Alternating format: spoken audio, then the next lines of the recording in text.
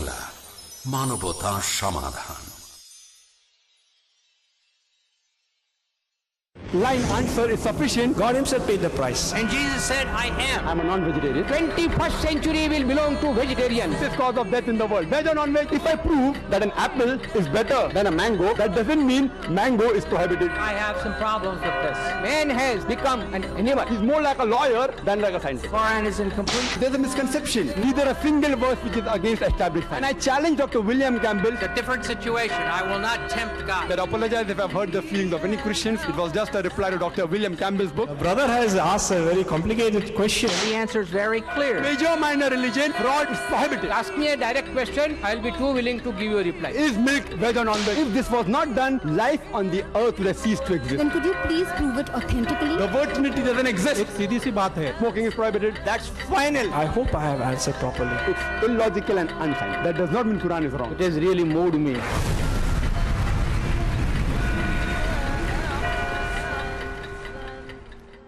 Oh, people of the world, can we spare a little justice? Can we spare a little peace? Oh, the children of war. Oh, people of the world, can we spare a little love? Can we spare a little prayer for the children of war? Children of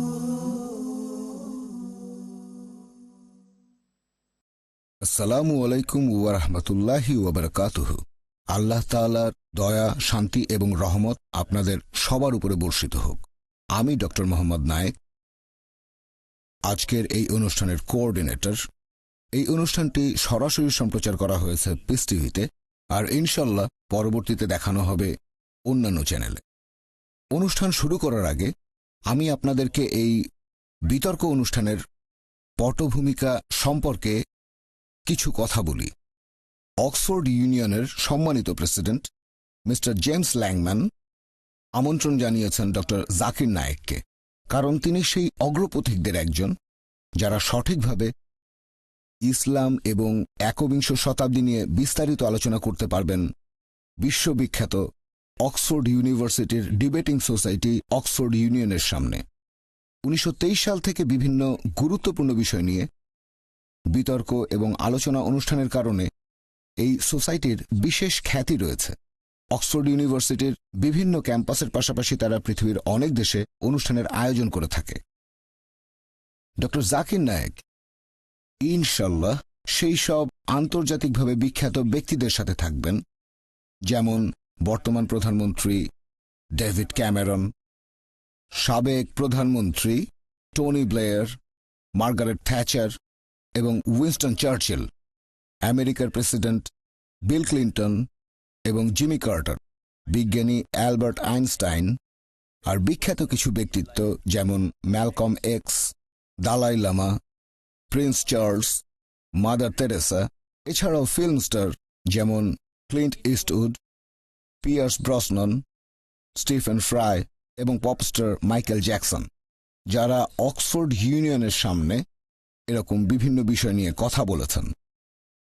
এই lecture ও প্রশ্নোত্তর পর্ব এটা একেবারেই খোলামেলাভাবে পরিচালিত হবে, আর ইনশাল্লাহ এই অনুষ্ঠানটি একেবারে সরাসরি সম্প্রচার করা হবে পুরো পৃথিবী জুড়ে পিস টিভি ইংরেজি এবং পিস টিভি উর্দুর মাধ্যমে। আমি এবারে অনুরোধ করব যারা টেকনিক্যাল সহযোগিতায় আছেন, আমরা এখন চলে যাব মিস্টার জেমস ল্যাংম্যানের কাছে। তিনি অক্সফোর্ড ইউনিয়নের প্রেসিডেন্ট। আমি মিস্টার ল্যাংম্যানকে অনুরোধ করব যাতে তিনি দায়িত্ব নেন আজকের এই ঐতিহাসিক বিতর্কের, যেটা হচ্ছে অক্সফোর্ড ইউনিয়নে। ডক্টর জাকির নায়েক আজকে যে বিষয়ে কথা বলবেন সেটা হল ইসলাম এবং একবিংশ শতাব্দী। আজকে আমাদের সোসাইটির ঐতিহ্য অনুযায়ী আমরা পৃথিবীর শীর্ষস্থানীয় একজন ব্যক্তিত্বকে আমন্ত্রণ জানিয়েছি কথা বলার জন্য। আমাদের সোসাইটির মূল উদ্দেশ্য হল বিভিন্ন মানুষের সাথে আলোচনা ও মত বিনিময় করা। আজকের অনুষ্ঠানটিও ব্যতিক্রম নয়। আপনাদের সবাইকে জানিয়ে রাখছি, লেকচার শেষে আপনারা চাইলে বক্তাকে প্রশ্ন করতে পারেন। তাহলে আসুন এবারে আমরা সোসাইটি সবাই মিলে স্বাগত জানাই ডক্টর জাকির নায়েককে আমাদের সামনে কথা বলার জন্য।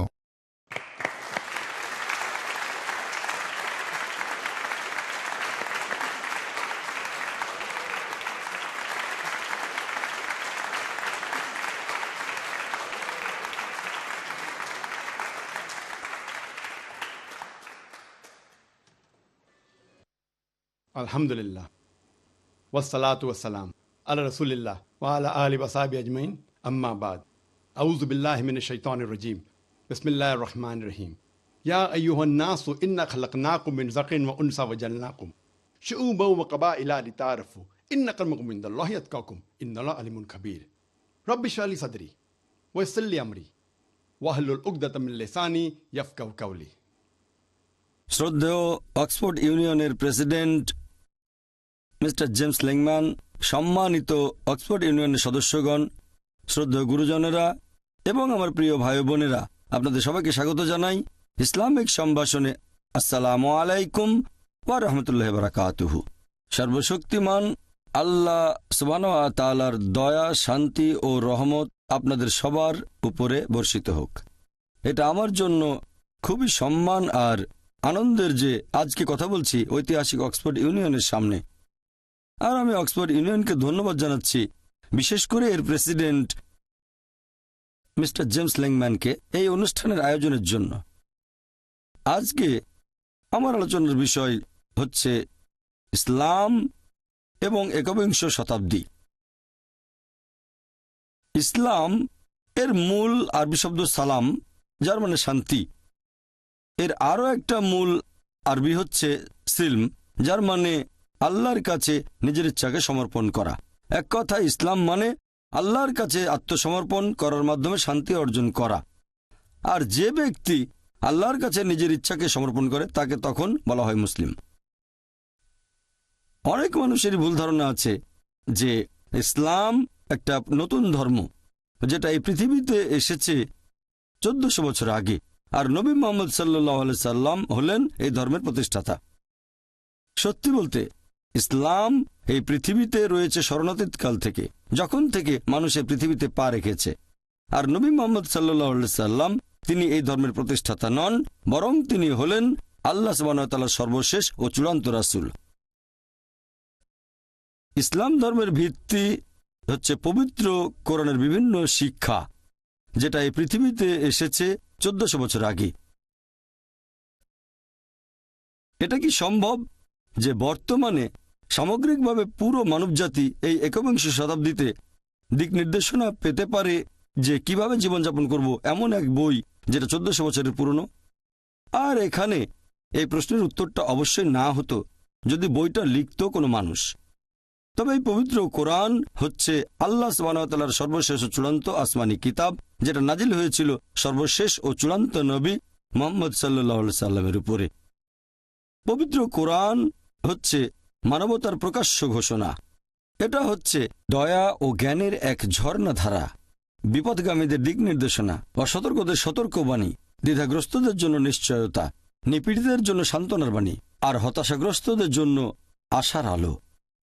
পবিত্র কোরআন আল্লাহ তাআলার সর্বশেষ ও চূড়ান্ত আসমানি কিতাব, যেটা নাজিল হয়েছিল সর্বশেষ ও চূড়ান্ত নবী মুহাম্মদ সাল্লাল্লাহু আলাইহি সাল্লামের উপর। যদি কেউ দাবি করে যে অমুক বইটা আল্লাহর বাণী, যদি প্রমাণ করতে হয় যে বইটা আসলে আল্লাহ সুবহানাহু ওয়া তাআলার বাণী, তাহলে বইটাকে সময়ের পরীক্ষায় পাশ করতে হবে। অনেক আগে একটা সময় ছিল যখন অলৌকিক নিদর্শনের যুগ ছিল। পবিত্র কোরআন হচ্ছে সবচেয়ে সেরা নিদর্শন।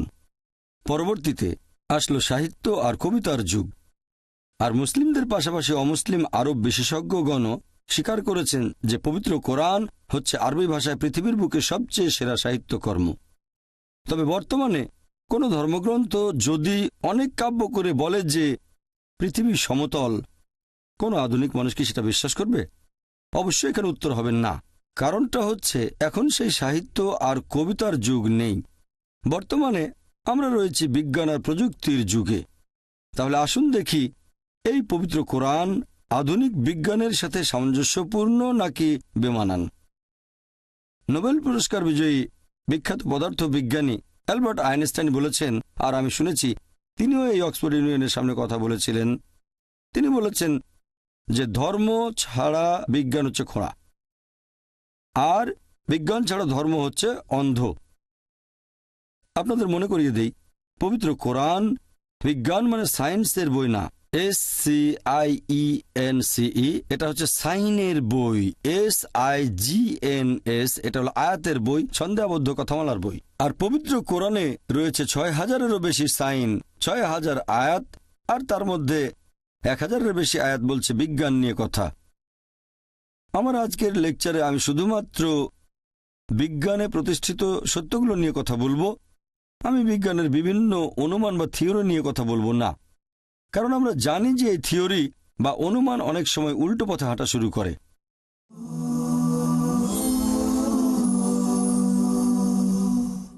এমন ঘটনা যার মধ্যে নিহিত আছে আল্লাহর নির্দেশ, কোরআনের ঘটনা, যে ঘটনা অত্যন্ত শিক্ষণীয়।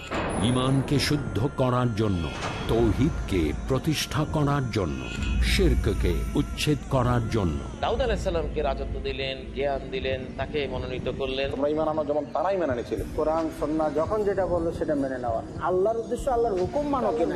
হাসান জামিল, মুখলিসুর রহমান মাদানী, আহমদুল্লাহ বিন মোহাম্মদ দিলাওয়ার হুসেন, মুফতি কাজী মোহাম্মদ ইব্রাহিম, হারুন হুসেনের উপস্থাপনায় বনী ইসরাঈল তারা আল্লাহকে সচক্ষে দেখতে চেয়েছে। আল্লাহর ব্যাপারে তাদের আইডিয়াটা ঠিক ছিল না। আল্লাহর ফয়সালাকে মেনে নিতে হবে, এটাই হচ্ছে মুমিনের পরিচয়। কিভাবে মুমিন আল্লাহর দয়া অর্জন করেন বোঝার জন্য দেখুন গুরুত্বপূর্ণ অনুষ্ঠান কোরআনের কাহিনী, প্রতি বুধবার রাত 8টায় পুনঃ সম্প্রচার সকাল 6:30 বাংলাদেশে পিস টিভি বাংলায়। আল্লাহর একত্বের প্রতি ভরসা, একনিষ্ঠভাবে একমুখী হয়ে সব দিক থেকে তাকে এক জানতে হবে। শিরক থেকে সম্পূর্ণ বিরত থাকা, শিরক মহাপাপ, কোনো সন্দেহ নেই, এবং সেটা ঈমানকে পরিপূর্ণ ধ্বংস করে দেবে। সুন্নাতের অনুসরণ, আল্লাহর নিকটে মনোনীত দিন হলো ইসলাম। ইসলামে যেগুলি সুস্পষ্ট ইবাদত। কোরআন বিরোধী যে কার্যক্রমে অংশগ্রহণ কেউ করবে, আমরা নিশ্চিত করে জেনে রাখবো তিনিও আমানতের খেয়ানত করেছেন। হাসান জামিল, শাহিদুল্লাহ খান মাদানী, ডক্টর হাফেজ ABM হাসবুল্লাহ, আকরামুজ্জামান বিন আব্দুসসালাম, মুজফফর বিন মহসিন, মোহাম্মদুল হাসান, আব্দুর রাজ্জাক, জাহাঙ্গীর আলমের উপস্থাপনায় তাওহীদ, ঈমান এবং ইসলামের মূল ভিত্তি। কবরকে সিজদা করতেছে, সেটা ইসলাম ভঙ্গের কারণ। স্রষ্টা আল্লাহ, কর্তা একমাত্র আল্লাহ। আর কি কি আছে মুমিনের দায়িত্ব জানার জন্য দেখুন আকীদা, প্রতি রবিবার ও শুক্রবার রাত 8টায় পুনঃ সম্প্রচার সকাল 6:30 বাংলাদেশে পিস টিভি বাংলায়।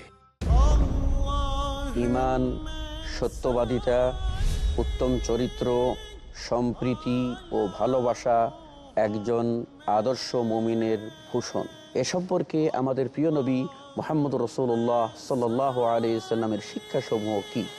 শেখ হারুন হোসেন, একজন আদর্শ মুসলিমের পরিচয় জানতে হলে দেখুন আমাদের প্রোগ্রাম 40 হাদিস গ্রন্থের ধারাবাহিক দার্সমূহ। নবী সাল্লাল্লাহু আলাইহি ওয়াসাল্লামের 40 হাদিস প্রতি সোমবার ও মঙ্গলবার রাত 10:30 পুনঃ সম্প্রচার সকাল 9টায় বাংলাদেশে পিস টিভি বাংলায়। সমাজ সংশোধনের জন্য, সমাজের শান্তিপূর্ণ পরিবেশ বজায় রাখার ক্ষেত্রে কি কি আদাব আমাদের ফলো করা দরকার? সবচেয়ে বেশি জরুরি হচ্ছে বেশি জ্ঞান অর্জন করা। পথ প্রদর্শনের জন্য, কিভাবে সে উপদেশ গ্রহণ করবে, সাধারণ মানুষের ক্ষেত্রেও কতটা প্রয়োজন। সমাজকে পরিচালনা করতে হবে, নেতৃত্ব তো আলেম সমাজকে দিতে হবে। কল্যাণ সাধনের জন্য, যখন দুজন মুসলিম ইখতিলাফ করবেন তার মূল নীতিটা কি? ইখতিলাফ জানতে হবে, ইখতিলাফের জন্য মনটা বড় করতে হবে। মতান্তর থাকতে পারে কিন্তু যেন মনান্তর না থাকে। একমাত্র ইসলামই দিয়েছে বাস্তব সমাধান। তাদের মাইন্ডকে চেঞ্জ করা দরকার। আমার কাজ হবে ভুলগুলি না খোঁজানো, তাদের ইজতিহাদ থেকে শিক্ষা নেওয়া। সামাজিক উন্নতির জন্য ইসলাম কেন এত গুরুত্বপূর্ণ জানার জন্য দেখুন ইসলামী সমাজের গুরুত্ব প্রতি বৃহস্পতিবার সন্ধ্যা 5:30 পুনঃ সম্প্রচার সকাল 6টায় বাংলাদেশে পিস টিভি বাংলায়।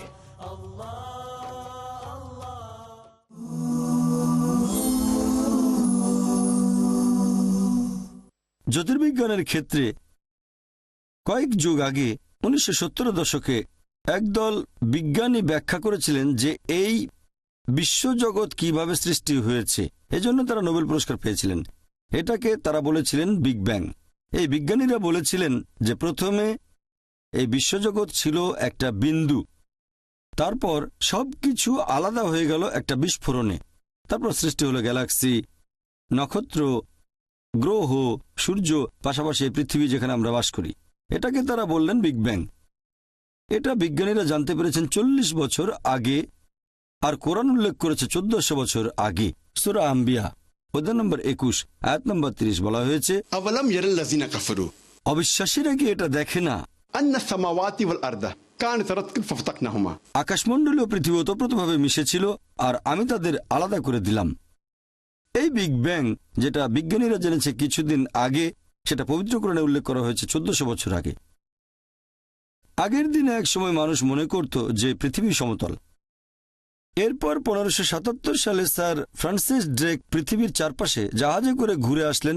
তখন তিনি প্রমাণ করেছিলেন যে আমরা যে পৃথিবীর বুকে বসবাস করি এটা আসলে বর্তুলাকার। কোরআন এটা বলেছে 1400 বছর আগে। সূরা নাজিয়াত অধ্যায় নম্বর 79 আয়াত নম্বর 30, ওয়াল আরদা বাদা যালিকা দাহা, এবং তিনি পৃথিবীকে করেছেন ডিম্বাকৃতি। দাহাহা শব্দের আরেকটা মানে হচ্ছে বিস্তৃত, আর আমাদের পৃথিবীও বিস্তৃত। অন্য আরেকটা অর্থের মূল আরবি শব্দ হচ্ছে দুইয়া, যার মানে হচ্ছে ডিম। আর আমরা সবাই জানি যে পৃথিবী একটা বলের মতো গোলাকার নয়, পূর্ব আর পশ্চিমে চাপা, এটা আসলে বর্তুলাকার। আর যদি ভালো করে দেখেন, এই দাহাহা শব্দটা কোনো সাধারণ ডিমকে বোঝাচ্ছে না, এখানে বিশেষ করে উট পাখির ডিমকে বোঝানো হয়েছে। আর খেয়াল করলে বুঝবেন যে একটা উট পাখির ডিমও আসলে বর্তুলাকার। চিন্তা করেন, পবিত্র কোরআন 1400 বছর আগে বলেছে যে এই পৃথিবী আসলে হচ্ছে বর্তুলাকার। আগে মানুষ ভাবত যে চাঁদের আলো তার নিজস্ব আলো। কিছুদিন আগে আমরা জানতে পেরেছি যে চাঁদের আলোটা তার নিজস্ব আলো নয়, এটা আসলে প্রতিফলিত আলো, ধার করা আলো। কোরআন বলছে সূরা ফুরকান অধ্যায় নম্বর 25 আয়াত নম্বর 61, তিনি কত মহান যিনি আকাশে সৃষ্টি করেছেন রাশিচক্র, সেখানে স্থাপন করেছেন সূর্য, প্রদীপ যার নিজস্ব আলো, এবং চাঁদ যার ধার করা আলো, প্রতিফলিত আলো। তাহলে কোরআন বলছে চাঁদের আলোটা প্রতিফলিত আলো, ধার করা আলো, যেটা বিজ্ঞান জেনেছে কিছুদিন আগে। কিছুদিন আগে মানে 50 বছর আগে, 100 বছর আগে, 200 বছর আগে।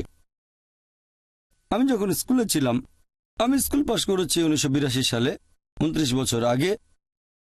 সেখানে আমি বিজ্ঞানের বইয়ে পড়েছিলাম যে সূর্য কক্ষপথে প্রদক্ষিণ করে, কিন্তু তার নিজ অক্ষের চারপাশে আবর্তিত হয় না। আর কোরআন বলছে সূরা আম্বিয়া অধ্যায় নম্বর 21 আয়াত নম্বর 33, হুয়াল্লাযী খালাকাল লাইলা ওয়ান নাহারা, আল্লাহ সৃষ্টি করেছেন রাত এবং দিন, ওয়াশ শামসা ওয়াল কামার, এবং সূর্য ও চাঁদ, কুল্লুন ফি ফালকি ইয়াসবাহুন, প্রত্যেকে নিজ কক্ষপথে নিজস্ব গতিতে বিচরণ করে। পবিত্র কোরআন বলছে সূর্য আর চাঁদ কক্ষপথে প্রদক্ষিণের পাশাপাশি তাদের নিজ অক্ষের চারপাশেও আবর্তিত হয়। আর এখনকার দিনে মাত্র কয়েক দশক আগে বিজ্ঞানীরা জানতে পেরেছেন সূর্য আবর্তিত হয়, আনুমানিক 25 দিনে সূর্যের একটা আবর্তন সম্পূর্ণ হয়। এখন পৃথিবীর সব দেশের পাঠ্য বইতে এই কথাটা উল্লেখ করা থাকে। তারপরও কিছু মানুষ হয়তো তখন বলবে, এ আর এমন কি যে কোরআনে জ্যোতির্বিজ্ঞানের কথা বলা হয়েছে, কারণ সে সময়ে আরবরা জ্যোতির্বিজ্ঞানে খুব উন্নত ছিল। আমিও একমত যে আরবরা তখন জ্যোতির্বিজ্ঞানে খুব উন্নত ছিল। তবে আপনাদের মনে করিয়ে দিই যে আরবরা জ্যোতির্বিজ্ঞানে অনেক উন্নতি লাভ করতে পেরেছিল পবিত্র কোরআন নাজিল হওয়ার কয়েকশো বছর পরে। তাহলে কোরআন থেকে আরবরা জ্যোতির্বিজ্ঞান সম্পর্কে জানতে পেরেছিল, এর উল্টোটা নয়। এরপর হাইড্রোলজির ক্ষেত্রে আমরা স্কুলে থাকতে পানিচক্র পড়েছি। সমুদ্র থেকে পানি উপরে উঠে বাষ্প হয়, মেঘে পরিণত হয়, তারপর একসময় সেটা বৃষ্টি হয়ে মাটিতে পড়ে যায়। এভাবে পানিচক্র সম্পূর্ণ হয়। প্রথমবারের মতো পানিচক্রের বিস্তারিত বর্ণনা দেন স্যার বার্নার্ড প্যালিসি, আর সেটা 1580 সালে। পবিত্র কোরআনেও পানিচক্র সম্পর্কে বিস্তারিত বলা হয়েছে 1400 বছর আগে। কোরআন বলছে সমুদ্রের পানি বাষ্প হয়ে উপরে ওঠে, মেঘে পরিণত হয়, মেঘগুলো একত্রিত হয়ে আকাশে ভেসে বেড়ায়, বৃষ্টি হয়ে সেটা মাটিতে পড়ে যায়, পানির স্তর আবার ভরাট হয়ে পানিচক্র সম্পন্ন হয়। পবিত্র কোরআনে পানিচক্র সম্পর্কে বিস্তারিত বলা হয়েছে অনেকগুলো আয়াতে। সূরা আল জুমার অধ্যায় নম্বর 39 আয়াত নম্বর 21, সূরা রুম অধ্যায় নম্বর 30 আয়াত নম্বর 24, সূরা মুমিনুন অধ্যায় 23 আয়াত নম্বর 18, সূরা হিজর অধ্যায় নম্বর 15 আয়াত নম্বর 22, এরপর সূরা নূর অধ্যায় নম্বর 24 আয়াত নম্বর 43, সূরা আরাফ অধ্যায় নম্বর 7 আয়াত নম্বর 57, সূরা রদ অধ্যায় নম্বর 13 আয়াত নম্বর 17, সূরা ফুরকান অধ্যায় নম্বর 25 আয়াত 48 ও 49, সূরা ফাতির অধ্যায় নম্বর 35 আয়াত নম্বর 9, সূরা ইয়াসিন অধ্যায় নম্বর 36 আয়াত নম্বর 34, সূরা জাসিয়া অধ্যায় নম্বর 45 আয়াত নম্বর 5, সূরা কাফ অধ্যায় নম্বর 50 আয়াত নম্বর 8 ও 9, সূরা ওয়াকিয়া অধ্যায় নম্বর 56 আয়াত নম্বর 68 থেকে 70। এরপর সূরা মুলক অধ্যায় 67 আয়াত নম্বর 30, সূরা তারিক অধ্যায় 86 আয়াত নম্বর 11। এভাবে আমি পবিত্র কোরআনের আরো অনেকগুলো আয়াতের রেফারেন্স দিতে পারি যেখানে পানিচক্র সম্পর্কে বিস্তারিতভাবে বর্ণনা দেওয়া হয়েছে। এরপর সমুদ্রবিদ্যার ক্ষেত্রে পবিত্র কোরআনের একটি আয়াত সূরা ফুরকান অধ্যায় নম্বর 25 আয়াত 53 বলা হয়েছে যে তিনি দুই দরিয়াকে মিলিতভাবে প্রবাহিত করেন, একটি মিষ্ট এবং সুপেয়, অন্যটি লোনা এবং খর। তারা মিলিত হলেও পরস্পর মিশে যায় না, তাদের মাঝে রয়েছে এক অন্তরায় যেটা অতিক্রম করা যায় না।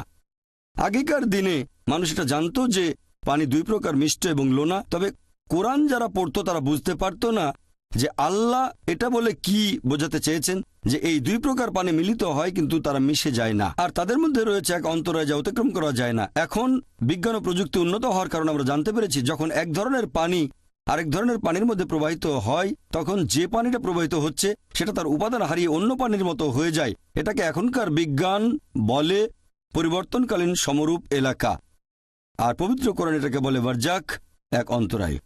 আর এটা আপনারা দেখতে পাবেন কেপ পয়েন্ট, দক্ষিণ আফ্রিকার একেবারে দক্ষিণাঞ্চলে। সেখানে আপনারা এই দুই ধরনের পানির মধ্যেকার পার্থক্যটা চোখে দেখেও বুঝতে পারবেন। আর প্রফেসর হে, একজন বিখ্যাত সমুদ্র বিজ্ঞানী, তিনি বলেছেন যে মানুষ এটা জানতে পেরেছে কিছুদিন আগে। এটা ব্যাখ্যা করা আসলে কঠিন যে কোরআন কিভাবে এই কথাটা বলেছে 1400 বছর আগে।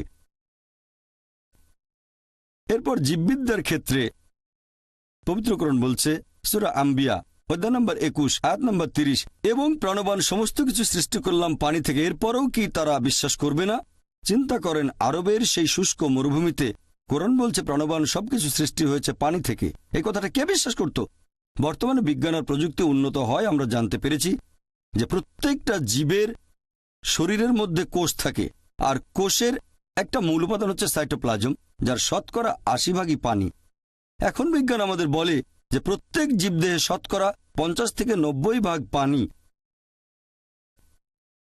উদ্ভিদবিদ্যার ক্ষেত্রে আগেকার দিনে আমরা জানতাম না যে গাছপালার মধ্যে পুরুষ এবং স্ত্রীলিঙ্গ থাকে। পবিত্র কোরআন বলছে সূরা তাহা অধ্যায় নম্বর 20 আয়াত নম্বর 53 যে আল্লাহ আকাশ থেকে বাড়ি বর্ষণ করেন, সেটা দ্বারা উৎপন্ন করেন বিভিন্ন প্রকারের উদ্ভিদের জোড়া, একটা অন্যটা থেকে আলাদা। এখানে আরবি শব্দ আজওয়াজ মানে জোড়া, তার মানে গাছপালারও পুরুষ এবং স্ত্রীলিঙ্গ আছে। তারপর প্রাণীবিদ্যার ক্ষেত্রে পবিত্র কোরআন বলছে সূরা আনাম অধ্যায় নম্বর 6 আয়াত নম্বর 38 যে আল্লাহ সুবহানাহু ওয়া তাআলা সকল প্রাণীকে যারা পৃথিবীতে বিচরণ করে এবং সকল পাখিকে যারা আকাশে ওড়ে সবাইকে তিনি করেছেন মানুষের মতো সম্প্রদায়ভুক্ত। এখনকার দিনের বিজ্ঞান বলে বিভিন্ন প্রাণী এবং পাখি সবাই মানুষের মতো দলবদ্ধ হয়ে বসবাস করে, যেটা মানুষ আগে জানত না। পবিত্র কোরআন মৌমাছির জীবন প্রণালী সম্পর্কে বলেছে সূরা নাহল অধ্যায় নম্বর 16 আয়াত 68 ও 69। কোরআন মাকড়সার জীবন প্রণালী সম্পর্কে বলেছে সূরা আনকাবুত অধ্যায় নম্বর 29 আয়াত নম্বর 41। কোরআন পিঁপড়ার জীবন প্রণালী আর যোগাযোগ পদ্ধতি সম্পর্কেও বলেছে সূরা নামল অধ্যায় নম্বর 27 আয়াত 17 ও 18। এরপর মেডিসিনের ক্ষেত্রে পবিত্র কোরআন বলছে সূরা নাহল অধ্যায় নম্বর 16 আয়াত 68 ও 69 যে মৌমাছির উদর হতে আমি তোমাদের দেই বিবিধ বর্ণের পানীয় যাতে মানুষের জন্য রয়েছে আরোগ্য। আর কিছুদিন আগে আমরা জানতে পেরেছি যে আমরা যে মধু পাই সেটা মৌমাছির পেটের ভেতর প্রক্রিয়া হয়। এখনকার দিনের বিজ্ঞান বলে যে মধুতে মাঝারি মাত্রার অ্যান্টিসেপটিক গুণাবলী আছে আর সেটা মানুষের ক্ষেত্রে ঔষধের মতো কাজ করে। তারপর শরীরবিদ্যার ক্ষেত্রে কোরআন বলছে রক্ত সংবহন এবং দুধ উৎপাদনের কথা বর্ণনা করেছে সূরা নাহল অধ্যায় নম্বর 16 আয়াত নম্বর 66। কোরআন অবতীর্ণ হওয়ার 600 বছর পরে ইবনে নাফিস তিনি জীবদেহে রক্ত সংবহন এবং দুধ উৎপাদনের ব্যাপারটা পৃথিবীর সামনে তুলে ধরেন। এর 400 বছর পরে, তার মানে কোরআন অবতীর্ণ হওয়ার 1000 বছর পরে উইলিয়াম হার্ভে পশ্চিমা বিশ্বে এই ধারণাটা প্রচার করেন। আমরা উইলিয়াম হার্ভের নাম জানি, কিন্তু খুব কম লোকে ইবনে নাফিসের নামটা জানে। তিনি উইলিয়াম হার্ভের 400 বছর আগেই রক্ত সংবহন আর দুধ উৎপাদন সম্পর্কে বর্ণনা করেছেন। তারপর ভ্রূণবিদ্যার ক্ষেত্রে পবিত্র কোরআন মানব ভ্রূণের বিভিন্ন পর্যায় বা স্তরের কথা একেবারে বিস্তারিতভাবে বর্ণনা করেছে। সূরা মুমিনুনে অধ্যায় নম্বর 23 আয়াত 12 থেকে 14 বলা হয়েছে, প্রথমে ছিল নুতফা, তারপর সেটা হলো আলাকা, তারপর মুদগা, এরপর ইজামা। মানুষ হলো তুচ্ছ শুক্রাণু হতে পরিণত এক অনন্য সৃষ্টি। তারপর সেটা হয় আলাকা, জোঁকের মতো দেখতে একটা বস্তু, এরপর সেটা হয় চিবানো মাংসের মতো, তারপর হাড়গোড় হয়, সেই হাড়গোড় ঢেকে দেয় মাংস দিয়ে। 1980-র দশকে প্রথম দিকে এই আয়াতগুলো দেখানো হয়েছিল ডক্টর কিথ মুরকে, যিনি সে সময় ছিলেন শরীরবিদ্যা ও ভ্রূণবিদ্যার উপরে সবচেয়ে সেরা একজন বিশেষজ্ঞ। তিনি তখন ইউনিভার্সিটি অব টরন্টোতে এই ডিপার্টমেন্টের বিভাগীয় প্রধান ছিলেন। তিনি বলেছিলেন যে পবিত্র কোরআনের বর্ণনাটা বর্তমানের এই আধুনিক ভ্রূণবিদ্যার চেয়ে অনেক বেশি বিস্তারিত। এখানে স্তরগুলোর বর্ণনা আরও বিস্তারিত। আর বলেছিলেন এটা কখনোই সম্ভব না যে একজন মানুষ এই কথাগুলো কোরআনে বলে যেতে পারে। এই কোরআন অবশ্যই আল্লাহ সুবহানাহু ওয়া তাআলার বাণী, আর নবী মুহাম্মদ সাল্লাল্লাহু আলাইহি সাল্লামকে আল্লাহর রাসূল বলে মেনে নিতে আমার কোনো আপত্তি নেই।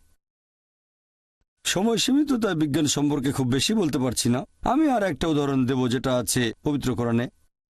আল্লাহ বলেছেন সূরা কিয়ামা অধ্যায় নম্বর 75 আয়াত 3 ও 4, যখন অবিশ্বাসীরা বলে যে আল্লাহ তাআলা কিভাবে আমাদের শরীরের অস্থিগুলো একত্র করতে পারবেন, যখন মারা যাব, কবর দেওয়া হলে হাড়গোড় সব আলাদা হয়ে যাবে, শেষ বিচারের দিনে আল্লাহ তাআলা কিভাবে আমাদের শরীরের হাড়গোড় আবার একত্র করবেন?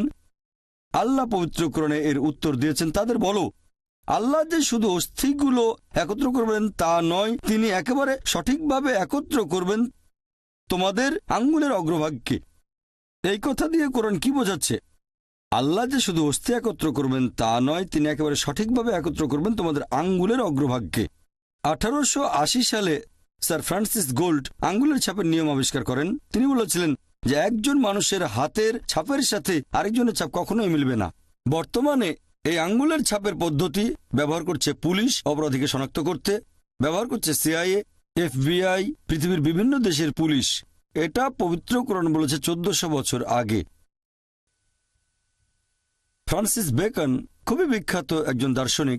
তিনি বলেছেন বিজ্ঞান সম্পর্কে সামান্য জ্ঞান একজন মানুষকে করে তোলে নাস্তিক, তবে বিজ্ঞান সম্পর্কে বেশি জানলে মানুষ এক সর্বশক্তিমান ঈশ্বরকে বিশ্বাস করবে। সেজন্য বর্তমানের বিজ্ঞানীরা ঈশ্বরের ধারণাকে বাতিল করছে না, ঈশ্বরের প্রতিমূর্তিকে বাতিল করছেন। লা ইলাহা ইল্লাল্লাহ, আল্লাহ ব্যতীত কোনো উপাস্য নেই।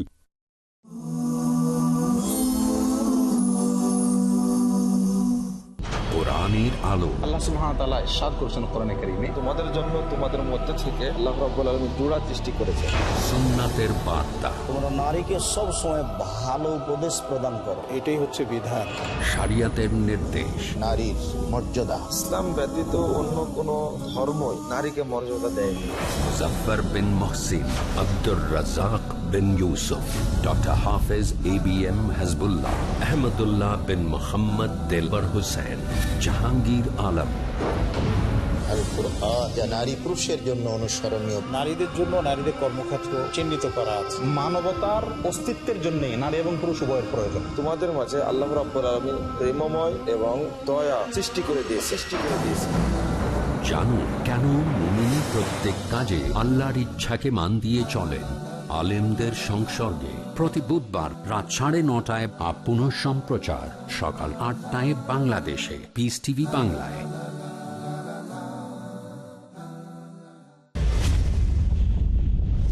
আমরা অনেক গুনাহের কাজ করি, দিনে আর রাতে, সকাল আর সন্ধ্যায়, জেনে আর না জেনে। কিন্তু কিছু গুনাহ রয়েছে কবিরা, যা আল্লাহ সুবহানাহু ওয়া তাআলা তওবা করা ছাড়া ক্ষমা করে দেবেন না।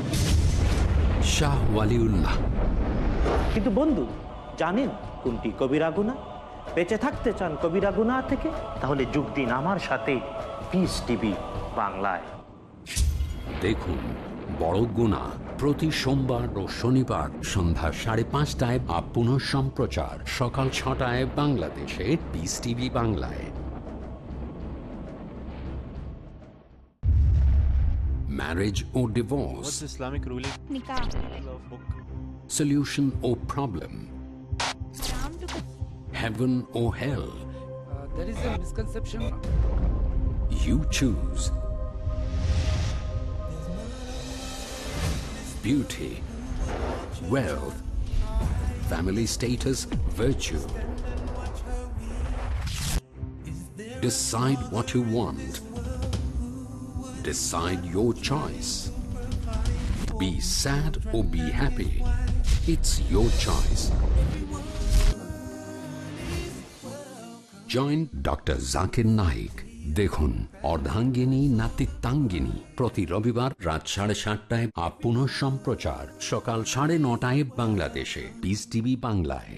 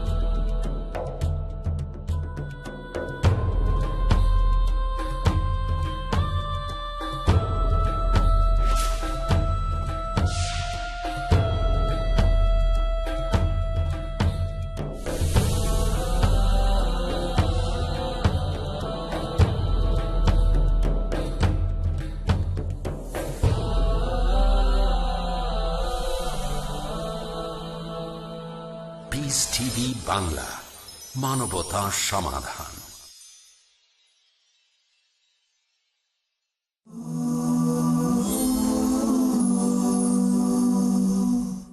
আমার লেকচারের শুরুতে পবিত্র কোরআনের একটা আয়াত বলেছিলাম। সূরা হুজুরাত অধ্যায় নম্বর 49 আয়াত 13 বলা হয়েছে, ইয়া আইয়ুহান নাসু ইন্না খালাকনাকুম মিন যাকিন ওয়া উনসা ওয়া জাআলনাকুম শুউবা ওয়া কাবাইলা লিতাআরাফু ইন্না আক্রামাকুম ইনদাল্লাহি আতকাকুম ইন্নাল্লাহা আলিমুন খাবীর।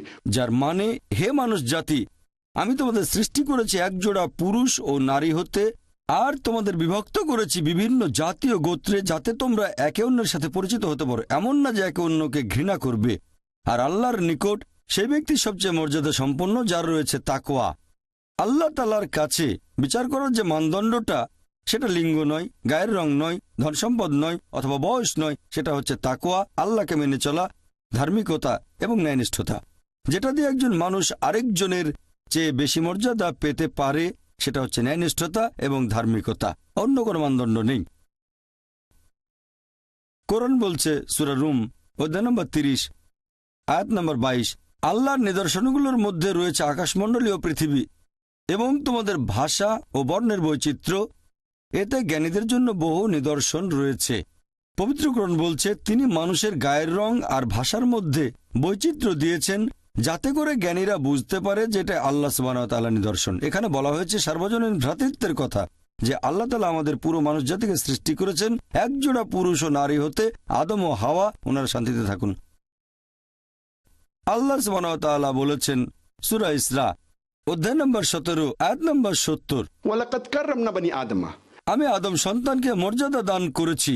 আল্লাহ তাআলা পবিত্র কোরআনে বলেছেন যে আদম সন্তানদের সবাই, হোক তারা কালো বা সাদা, পুরুষ বা নারী, তারা জন্মাক ভারতে বা আমেরিকায় বা যুক্তরাজ্যে, তারা এই পৃথিবীর যে কোনো জায়গাতে থাকুক, আল্লাহ তাআলা আদম সন্তানদের সবাইকে মর্যাদা দান করেছেন, পুরো মানুষ জাতিকে।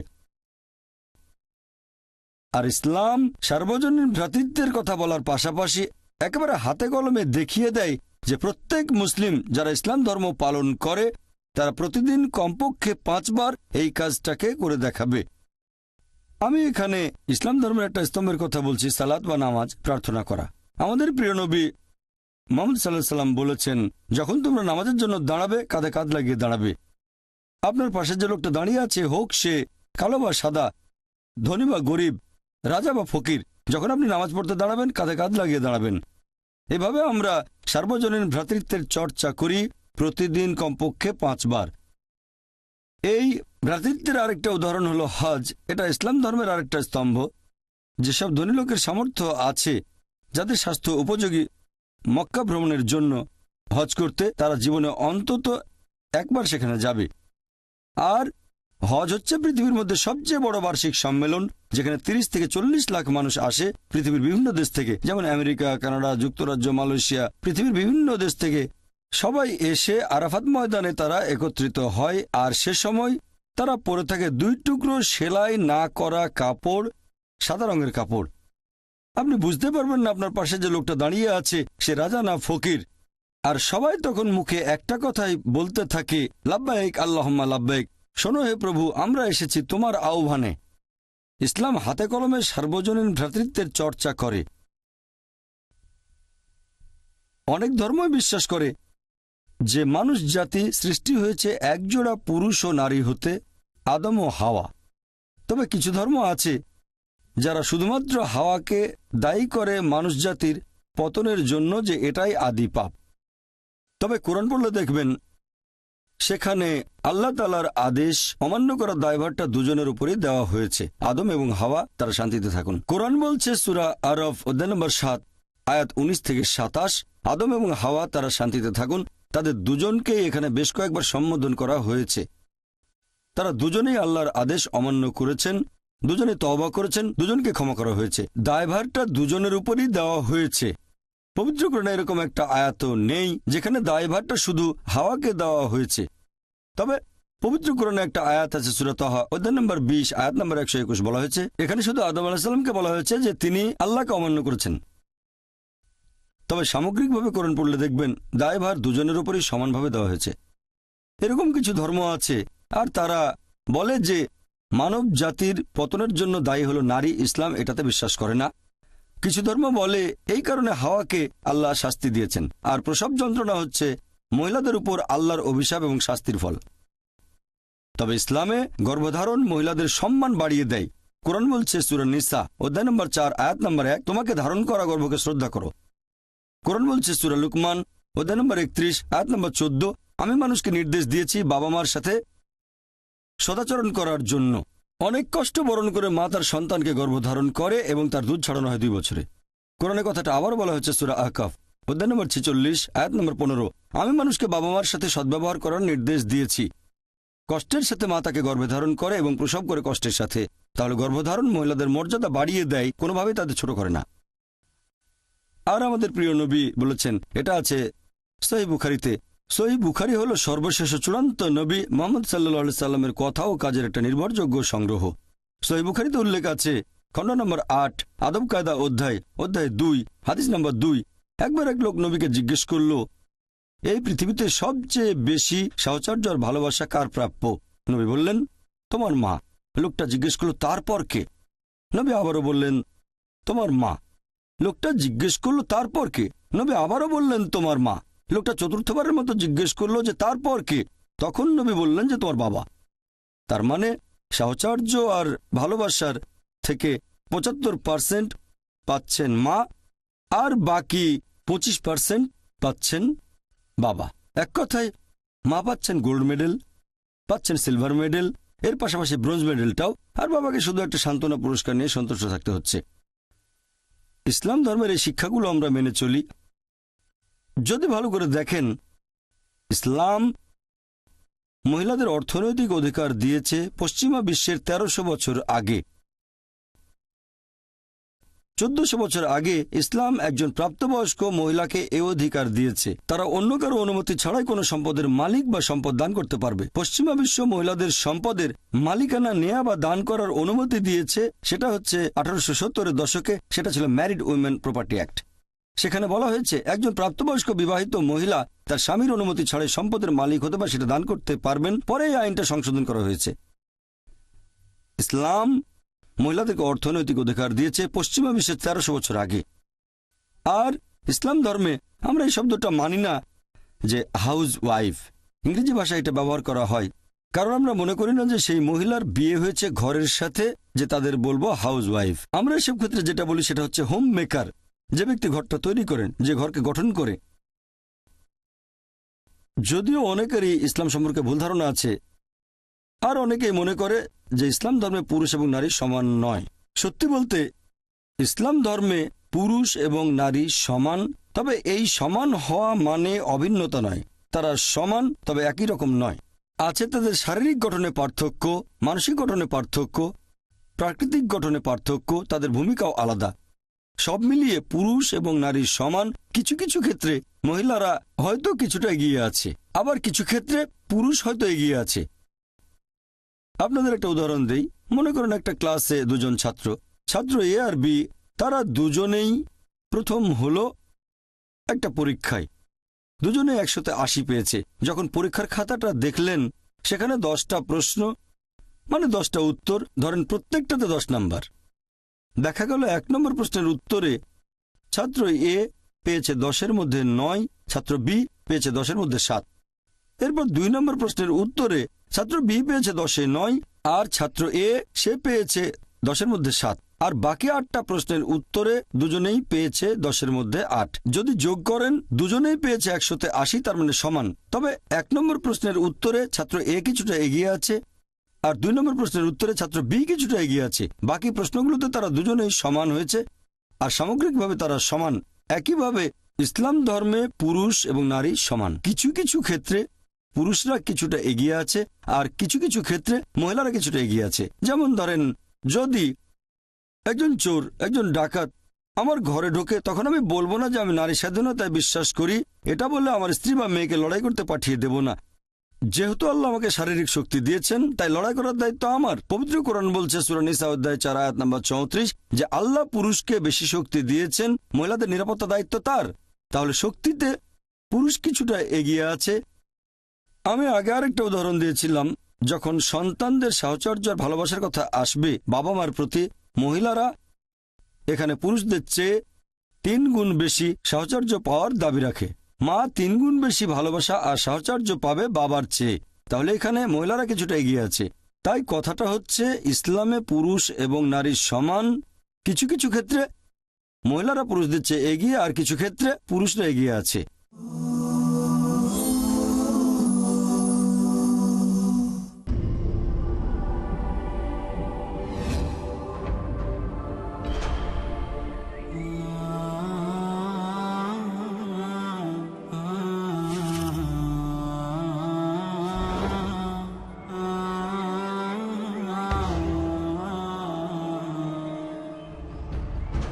আমরা তো সকলেই চাই মহান আল্লাহর প্রেম ও পবিত্র জীবন অর্জন করতে। আল্লাহু আকবার, আল্লাহু আকবার। কিভাবে তা সম্ভব? আউযু বিরাব্বিন নাস। একমাত্র মুহাম্মদ রাসূলুল্লাহ সাল্লাল্লাহু আলাইহি ওয়াসাল্লামের অনুসরণ এবং অনুকরণের মাধ্যমে আমরা মহান আল্লাহর প্রেম ও পবিত্র জীবন পেতে পারি।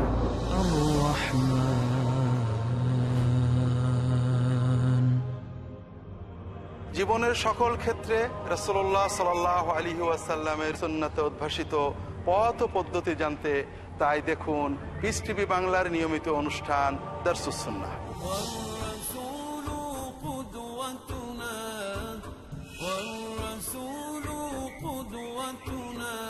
সমগ্র জীবনকে সফল ও সুন্দর করার জন্য প্রয়োজন সুন্নাতের বাস্তবায়ন। দেখুন দারসে সুন্নাহ প্রতি মঙ্গলবার রাত 8:30টায় বা পুনঃ সম্প্রচার সকাল 7টায় বাংলাদেশে পিস টিভি বাংলায়। The students of Islamic International School welcome all of you. Assalamu alaikum wa rahmatullahi wa barakatuh. Al-Malikul Quddusus Salamul Mu'minul Mu'min. M-U-S-L-I-M, I'm so blessed to be with them. M-U-S-L-I-M, I'm so blessed to be with them. Don't know about you, I know about me. I'm proud cause I'm rolling Islamically. Everywhere I see, even on TV, people talking trash about the way I be. But what they all hate is if we get great, cause we're the only ones with our heads on straight. Don't ever frown on your head looking down. If you read the Quran, you're the best in the town. M-U-S-L-I-M, I'm so blessed to be with them. M-U-S-L-I-M, I'm so blessed to be with them. Watch little wonders at their best. বিস্ময় শিশুরা প্রতি বুধবার সন্ধ্যা 7টায় পুনঃ সম্প্রচার সকাল 11টায় বাংলাদেশে piece TV বাংলায়। আল্লাহর অসন্তুষ্টি, পাপকে পাপ বলে জানবো। মানুষ তো আদম সন্তান, পাপ হবে এটাই স্বাভাবিক। তাকে এই ব্যাপারে চিন্তিত থাকতে হবে। বিচলিত মন, পাপ ঘটে যাবে কিন্তু আমি নিরাশ না হই, এটা ঈমানি করতে। শান্ত জীবন, যদি মানুষ ক্ষমা চায়, মহান রব্বুল আলামিন অবশ্যই ক্ষমা করে দিবেন। আব্দুর রাজ্জাক বিন ইউসুফ, কাসিম বিন আব্বাস, মুজাফফর বিন মুহসিন, আকরামুজ্জামান বিন আব্দুস সালাম, ডক্টর আব্দুল্লাহ জাহাঙ্গীর, হারুন হোসেনের উপস্থাপনায় গুনাহ করার পর গুনাহ করতে থাকা, ঘাটতি তার ভিতরে দেখা দিচ্ছে। তওবা করা অর্থ ফিরে আসা। আর এই ক্ষেত্রে কিছু দিক নির্দেশনা রয়েছে। যখনই তোমার কোনো পাপ পেয়ে যাবে, তখনই তার পাশে তুমি নেকি করে জানুন কিভাবে আমাদের ছোট বড় পাপ বয়ে আনে আমাদের অকল্যাণ। দেখুন পাপের অশুভ পরিণতি প্রতি বৃহস্পতিবার রাত 8টায় পুনঃ সম্প্রচার সকাল 6:30 বাংলাদেশে পিস টিভি বাংলায়।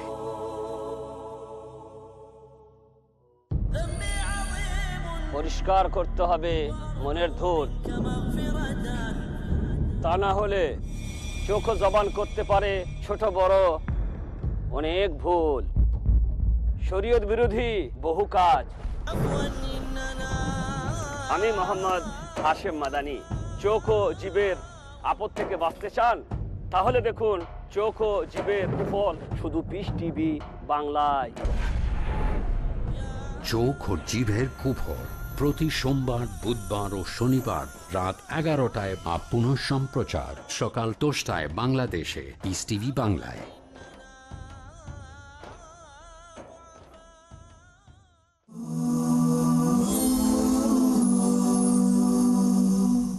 ইসলাম ধর্মের মূল যে ভিত্তি সেটা হচ্ছে কেবলমাত্র একজন সৃষ্টিকর্তা ও পালনকর্তাকে বিশ্বাস করা। আর এই স্রষ্টা আর পালনকর্তা আল্লাহ সুবহানাহু ওয়া তাআলা, তিনি সব মানুষের জন্য একই রকম। যদি এটা মানেন যে আমাদের সৃষ্টিকর্তা এবং পালনকর্তা এক আল্লাহ, সবার জন্য এক শুধুমাত্র, তাহলেই সব ধর্মের মধ্যে ভ্রাতৃত্ববোধ বজায় রাখা যাবে। আর এটাই হচ্ছে পৃথিবীর সব ধর্মের মূল ভিত্তি। রিলিজিয়ন বা ধর্ম অক্সফোর্ড ডিকশনারি অনুযায়ী এর মানে কোনো অতি মানবীয় নিয়ন্ত্রণ শক্তিতে বিশ্বাস করা, ব্যক্তিগত বা অনেক ঈশ্বরে যাকে উপাসনা করতে হবে আর অনুগত থাকতে হবে। তাহলে অক্সফোর্ড ডিকশনারি অনুযায়ী ধর্ম মানে ঈশ্বরে বিশ্বাস করা। যদি ঈশ্বরকে বোঝেন তাহলে সঠিকভাবে ধর্মকেও বুঝতে পারবেন। কোরআন বলছে সূরা আলে ইমরান অধ্যায় 3 আয়াত নম্বর 64, তাআলাউ ইলা কালিমাতিন সাওয়াইন বাইনা বাইনাকুম। এসো সেই কথায় যা আমাদের ও তোমাদের মধ্যে এক। প্রথম সাদৃশ্যটা কি? আল্লাহ নাবুদা ইল্লাল্লাহ, আমরা এক আল্লাহ ব্যতীত অন্য কারো ইবাদত করি না। কোরআন বলছে অন্য ধর্মের অনুসারীদের এটা বলো, আমাদের সাদৃশ্যগুলো দেখো, যেখানে পার্থক্য আছে সেটা নিয়ে পরে আলোচনা করব। আসুন সেগুলো মেনে চলি যেগুলো কমন। আর সবগুলো প্রধান ধর্মে একটা কমন জিনিস, বিশ্বাস আর ইবাদত করা একমাত্র আল্লাহকে।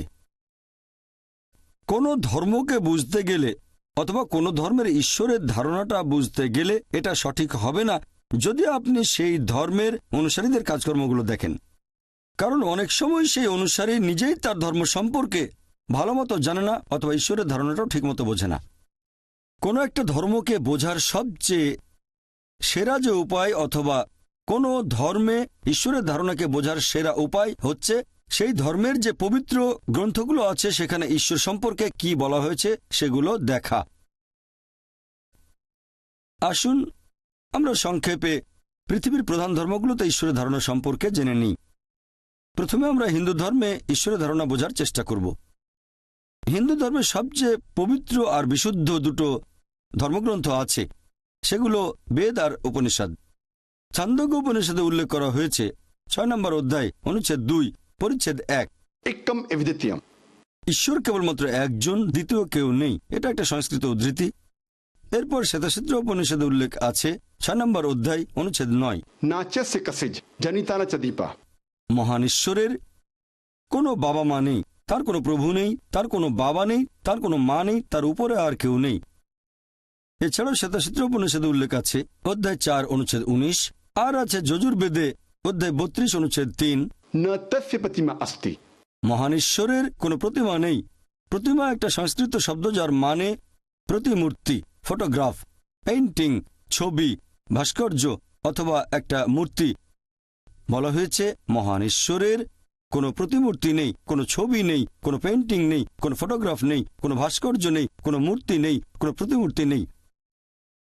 আর হিন্দুদের ব্রহ্মসূত্র হিন্দুজমে মূল ধর্মবিশ্বাস।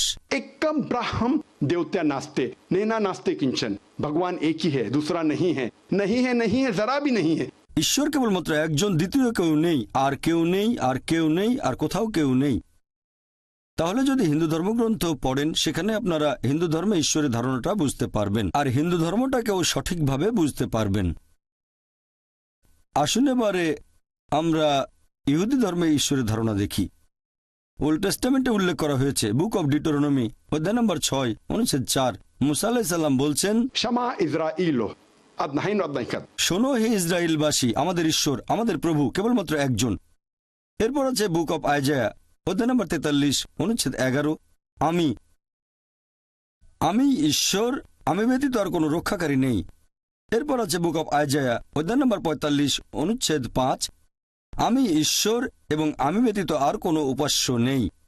আরও আছে বুক অব আইজায়া অধ্যায় নম্বর 46 অনুচ্ছেদ 9, আমি ঈশ্বর আর কোথাও কেউ নেই, আমি ঈশ্বর, আমার মতো আর কেউ নেই। এরপর আরো বলা হয়েছে বুক অব এক্সোডাস অধ্যায় নম্বর 20 অনুচ্ছেদ 3 থেকে 5। এছাড়াও আছে বুক অব ডিউটোরনমি অধ্যায় নম্বর 5 অনুচ্ছেদ 7 থেকে 9। সর্বশক্তিমান ঈশ্বর বলছেন, তোমরা আমাকে ব্যতীত অন্য কোনো দেবতার উপাসনা করবে না, তোমরা আমার কোন রকম প্রতিমূর্তি তৈরি করবে না যেটার সাথে সাদৃশ্য আছে, কোন রকম মিল আছে আকাশমণ্ডলীর কিছু, নিচের পৃথিবীর কিছু বা পানিতে কিছুর সাথে। তোমরা তাদের সামনে নতজানু হবে না, তাদের সেবা করবে না, কারণ আমি তোমাদের প্রভু খুবই ঈর্ষাপরায়ণ। তাহলে যদি ওল্ড টেস্টামেন্ট পড়েন আপনারা ইহুদি ধর্মে ঈশ্বরের ধারণাটা বুঝতে পারবেন এবং ইহুদি ধর্মটাকে সঠিকভাবে বুঝতে পারবেন। এবারে খ্রিস্টান ধর্মে ঈশ্বরের ধারণা সম্পর্কে কিছু বলার আগে আমি কয়েকটা বিষয় পরিষ্কার করতে চাই। ইসলাম হচ্ছে একমাত্র অখ্রিস্টান ধর্ম যেখানে ধর্মবিশ্বাসের অন্যতম ভিত্তি যীশুখ্রিস্টকে নবী ও রাসূল বলে মানতে হবে। সেই মুসলিম আসলে মুসলিমই না যে যীশুখ্রিস্টকে নবী ও রাসূল বলে মানে না। আমরা মানি যে তিনি আল্লাহ তাআলার অন্যতম প্রধান একজন নবী ও রাসূল ছিলেন। বিশ্বাস করি যে তিনি ছিলেন মসীহ অর্থাৎ খ্রিস্ট। বিশ্বাস করি যে তিনি অলৌকিকভাবে জন্মেছিলেন কোনো পুরুষের হস্তক্ষেপ ছাড়াই, যেটা এখনকার দিনের অনেক আধুনিক খ্রিস্টানই বিশ্বাস করে না। বিশ্বাস করি যে তিনি আল্লাহর আদেশে মৃত ব্যক্তিকে জীবন দিয়েছেন। বিশ্বাস করি যে তিনি আল্লাহর আদেশে জন্মান্ধর কুষ্ঠরোগীদের সুস্থ করে তুলেছিলেন। খ্রিস্টান আর মুসলিমরা এখানে আমরা এক। প্রশ্ন করতে পারেন, তাহলে পার্থক্যটা কোথায়? আমাদের পার্থক্য হচ্ছে অনেক খ্রিস্টানই বিশ্বাস করে বা বেশিরভাগ খ্রিস্টান বিশ্বাস করে যে যীশু খ্রিস্ট বা ঈসা আলাইহিস সালাম নিজেকে ঈশ্বর বলে দাবি করেছেন। বিশ্বাস করে যে তিনি সর্বশক্তিমান ঈশ্বর। সত্যি বলতে আপনারা যদি বাইবেল পড়েন, গোটা বাইবেলে একেবারে পরিষ্কার করে বলা, গোটা বাইবেলে স্পষ্ট করে বলা এমন একটাও অনুচ্ছেদ খুঁজে পাবেন না যেখানে যীশু খ্রিস্ট বা ঈসা আলাইহিস সালাম নিজের মুখে বলেছেন যে আমি ঈশ্বর অথবা তোমরা আমার উপাসনা করো। সত্যি বলতে যদি বাইবেল পড়েন, গসপেল অফ জনে বলা হয়েছে অধ্যায় নম্বর 14 অনুচ্ছেদ 28, যীশু খ্রিস্ট নিজের মুখে বলেছেন আমার পিতা আমার চেয়ে মহান। গসপেল অফ জন অধ্যায় 10 অনুচ্ছেদ 29, আমার পিতা সবার চেয়ে মহান। গসপেল অফ ম্যাথিউ অধ্যায় নম্বর 12 অনুচ্ছেদ 28, আমি ঈশ্বরের আত্মার সাহায্যে শয়তানকে তাড়িয়ে দেই। গসপেল অফ লুক অধ্যায় 11 অনুচ্ছেদ 20, আমি ঈশ্বরের আঙ্গুলের সাহায্যে শয়তানকে তাড়িয়ে দিই। গসপেল অফ জন অধ্যায় নম্বর 5 অনুচ্ছেদ 30, আমি নিজের থেকে কিছুই করতে পারি না, আমি যেমন শুনি তেমন বিচার করি, আর আমার বিচার ন্যায্য, কারণ আমি নিজের ইচ্ছা পূরণ করি না, আমার পিতার ইচ্ছা পূরণ করি। যদি কেউ বলে নিজের ইচ্ছা নয় আল্লাহর ইচ্ছা পূরণ করি, সে একজন মুসলিম। আমি আগে বলেছিলাম যে মুসলিম মানে যে আল্লাহর কাছে নিজের ইচ্ছাকে সমর্পণ করে, আর যিশু মানে ঈসা আলাইহিস সালাম বলেছেন আমার ইচ্ছা নয়, পূরণ করি সর্বশক্তিমান ঈশ্বরের ইচ্ছা। তাহলে আরবিতে বললে তিনি একজন মুসলিম। সেজন্য আমি বলেছিলাম যে যীশু খ্রিস্ট হলেন আল্লাহ সুবহানাহু ওয়া তাআলার অন্যতম প্রধান একজন নবী ও রাসূল। এরপর যিশু আরো বলেছেন গসপেল অফ জন অধ্যায় নম্বর 14 অনুচ্ছেদ 24, তিনি বলেছেন তোমরা যে কথাগুলো শুনছো সেগুলো আমার নয়, বরং এগুলো পিতার যিনি আমাকে পাঠিয়েছেন। এরপর আছে গসপেল অফ জন অধ্যায় 17 অনুচ্ছেদ 3, যীশু খ্রিস্ট নিজের মুখে বলেছেন এই হলো অনন্ত জীবন, যাতে তোমরা জানতে পারো একমাত্র ঈশ্বরকে এবং যীশু খ্রিস্টকে যাকে তিনি পাঠিয়েছেন। এছাড়া পরিষ্কার বলা হয়েছে বুক অফ অ্যাক্টস অধ্যায় নম্বর 2 অনুচ্ছেদ 22, বলা হয়েছে হে ইসরায়েলবাসী মন দিয়ে শোনো, নাজারেত শহরের যিশু যে ঈশ্বর মনোনীত মানুষ তোমাদের মাঝে, সে অনেক অলৌকিক কাজ করবে, ঈশ্বর তাকে দিয়ে করাবেন আর তোমরা তার সাক্ষী থাকবে। ঈশ্বর মনোনীত একজন মানুষ তোমাদের মাঝে, সে অনেক অলৌকিক কাজ করবে, সেটা ঈশ্বর তাকে দিয়ে করাবেন, তোমরা তা সাক্ষী থাকবে। একবার যীশু খ্রিস্টকে প্রশ্ন করা হয়েছিল যে কোন আদেশটা প্রথমে মেনে চলবো। তিনি ঠিক সেই কথাটাই বলেছেন যেটা এর আগে বলেছিলেন মুসা আলাইহিস সালাম। এটা আছে গসপেল অফ মার্কে অধ্যায় নম্বর 12 অনুচ্ছেদ 29। যিশু আলাইহিস সালাম বলেছেন, শোনো হে ইসরায়েলবাসী, আমাদের প্রভু আমাদের ঈশ্বর কেবলমাত্র একজন। তাহলে যদি বাইবেল পড়েন আপনি খ্রিস্টান ধর্মের ঈশ্বরের ধারণাটা বুঝতে পারবেন, খ্রিস্টান ধর্মটাকেও সঠিকভাবে বুঝতে পারবেন। আসুন এবারে ইসলাম ধর্মে আল্লাহ ধারণা নিয়ে আলোচনা করি। আর ইসলাম ধর্মে আল্লাহ সুবহানাহু ওয়া তাআলার ধারণা সম্পর্কে সবচেয়ে সেরা যে উত্তরটা, সেটা পবিত্র কোরআনে সূরা ইখলাস। কোরআনের অধ্যায় নম্বর 112 আয়াত 1 থেকে 4 বলা হয়েছে, কুল হুয়াল্লাহু আহাদ, বলো তিনি আল্লাহ এক অদ্বিতীয়। আল্লাহুস সামাদ, আল্লাহ তিনি সার্বভৌম চিরস্থায়ী। লাম ইয়ালিদ ওয়া লাম ইউলাদ, তিনি কাউকে জন্ম দেননি, কখনো জন্ম নেননি। ওয়া লাম ইয়াকুল লাহু কুফুয়ান আহাদ, তার সমতুল্য কিছুই নেই। এই হলো আল্লাহ সুবহানাহু ওয়া তাআলার 4 লাইনের সংজ্ঞা। যদি কেউ বলে যে অমুক জায়গায় অমুক লোক হচ্ছে ঈশ্বর, যদি কেউ এই 4টা পরীক্ষায় পাশ করে, আমরা মুসলিমরা আপত্তি ছাড়াই তাকে আল্লাহ বলে মেনে নিতে পারবো। 1 নম্বর হচ্ছে বলো তিনি আল্লাহ এক অদ্বিতীয়। 2 নম্বর তিনি হবেন সার্বভৌম চিরস্থায়ী। 3 নম্বর তিনি কাউকে জন্ম দেননি, কখনো জন্ম নেননি। 4 নম্বর সমগ্র বিশ্বজগতে তার সমতুল্য আর কেউ নেই। এই হলো আল্লাহ তাআলা 4 লাইনের সংজ্ঞা। এটাকে আমরা বলি ঈশ্বর তত্ত্বের লিটমাস টেস্ট অথবা ঈশ্বর তত্ত্বের কোষ্ঠীপাথর।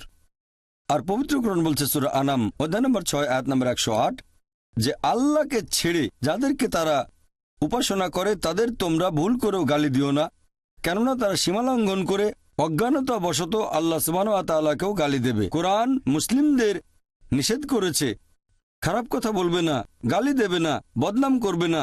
আল্লাহকে ছেড়ে যাদেরকে অন্য মানুষেরা উপাসনা করে, বরং কোনো কিছু না বুঝে তারা আল্লাহকে গালি দেবে। তাহলে ইসলাম ধর্মে আল্লাহর ধারণা বুঝতে গেলে আপনাকে কোরআন পড়তে হবে।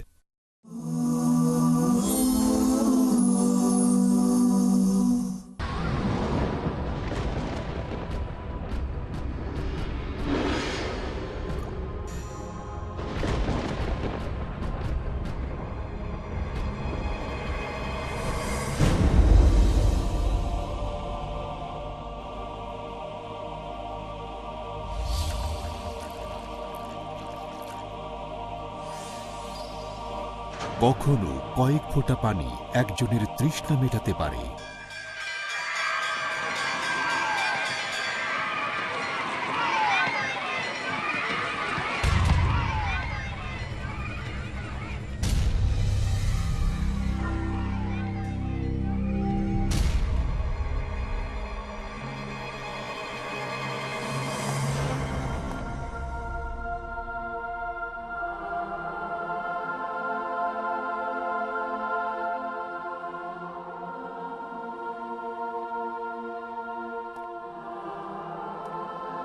কখনো একটি সাহায্যের হাত মানুষের মুখে হাসি ফোটাতে পারে। আমাকে খেলনাটা একটু দাও না, দাও না, দাও না। না, দেব না, দেব না, দেব না।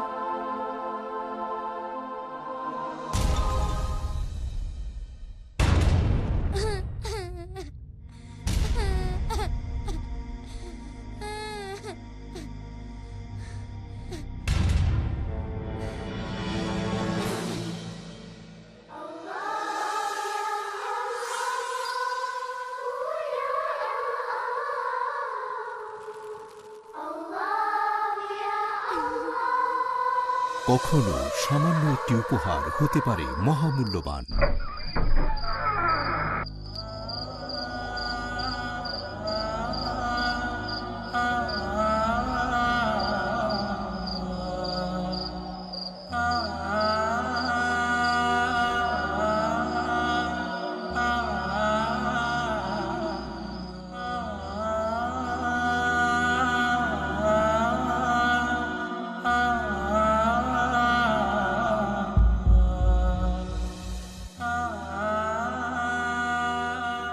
কখনো একটি জীবন দর্শন মানুষের মনে জাগাতে পারে আশার আলো।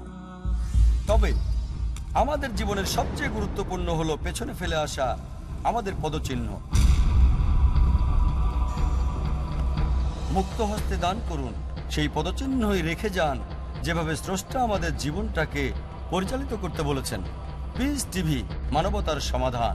আপনাদের ডোনেশন আর জাকাত পাঠিয়ে দিন। পিস টিভিকে সমর্থন করুন। ডোনেশন এবং জাকাত পাঠানোর ঠিকানা IRFI Al Rayan bank, quadrant code 48 Calthorpe road, Birmingham, UK।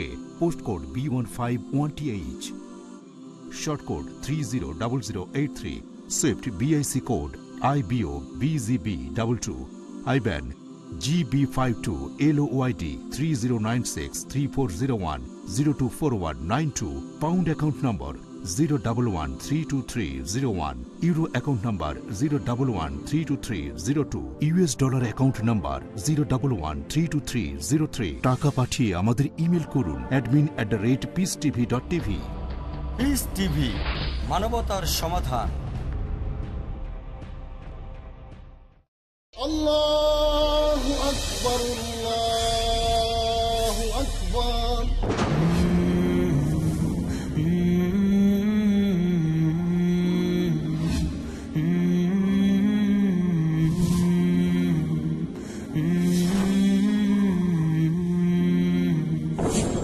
আল্লাহর কালাম কোরআন বুঝতে চান? কোরআন বুঝতে হলে সহায়ক হিসাবে কোরআন সংশ্লিষ্ট কিছু বিষয় জানতে হবে।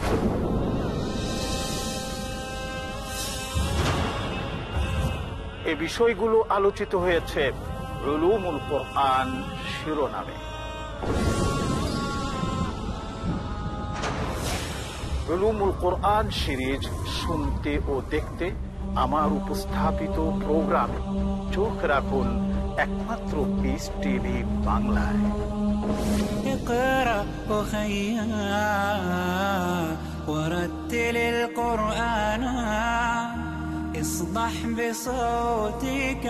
কুরআনকে ভালোভাবে বুঝবার জন্য কি কি বিষয়ে জ্ঞান রাখা জরুরি জানতে হলে দেখুন উলমুল কুরআন ও ইসলামী আদর্শ, প্রতি রবিবার রাত 8:30টায় বা পুনঃ সম্প্রচার সকাল 7টায় বাংলাদেশে পিস টিভি বাংলায়।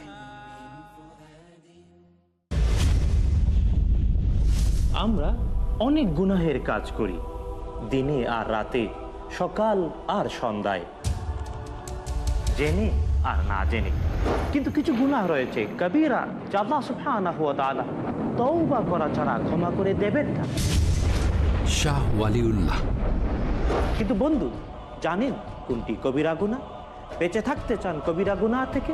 তাহলে যোগ দিন আমার সাথে পিস টিভি বাংলায়।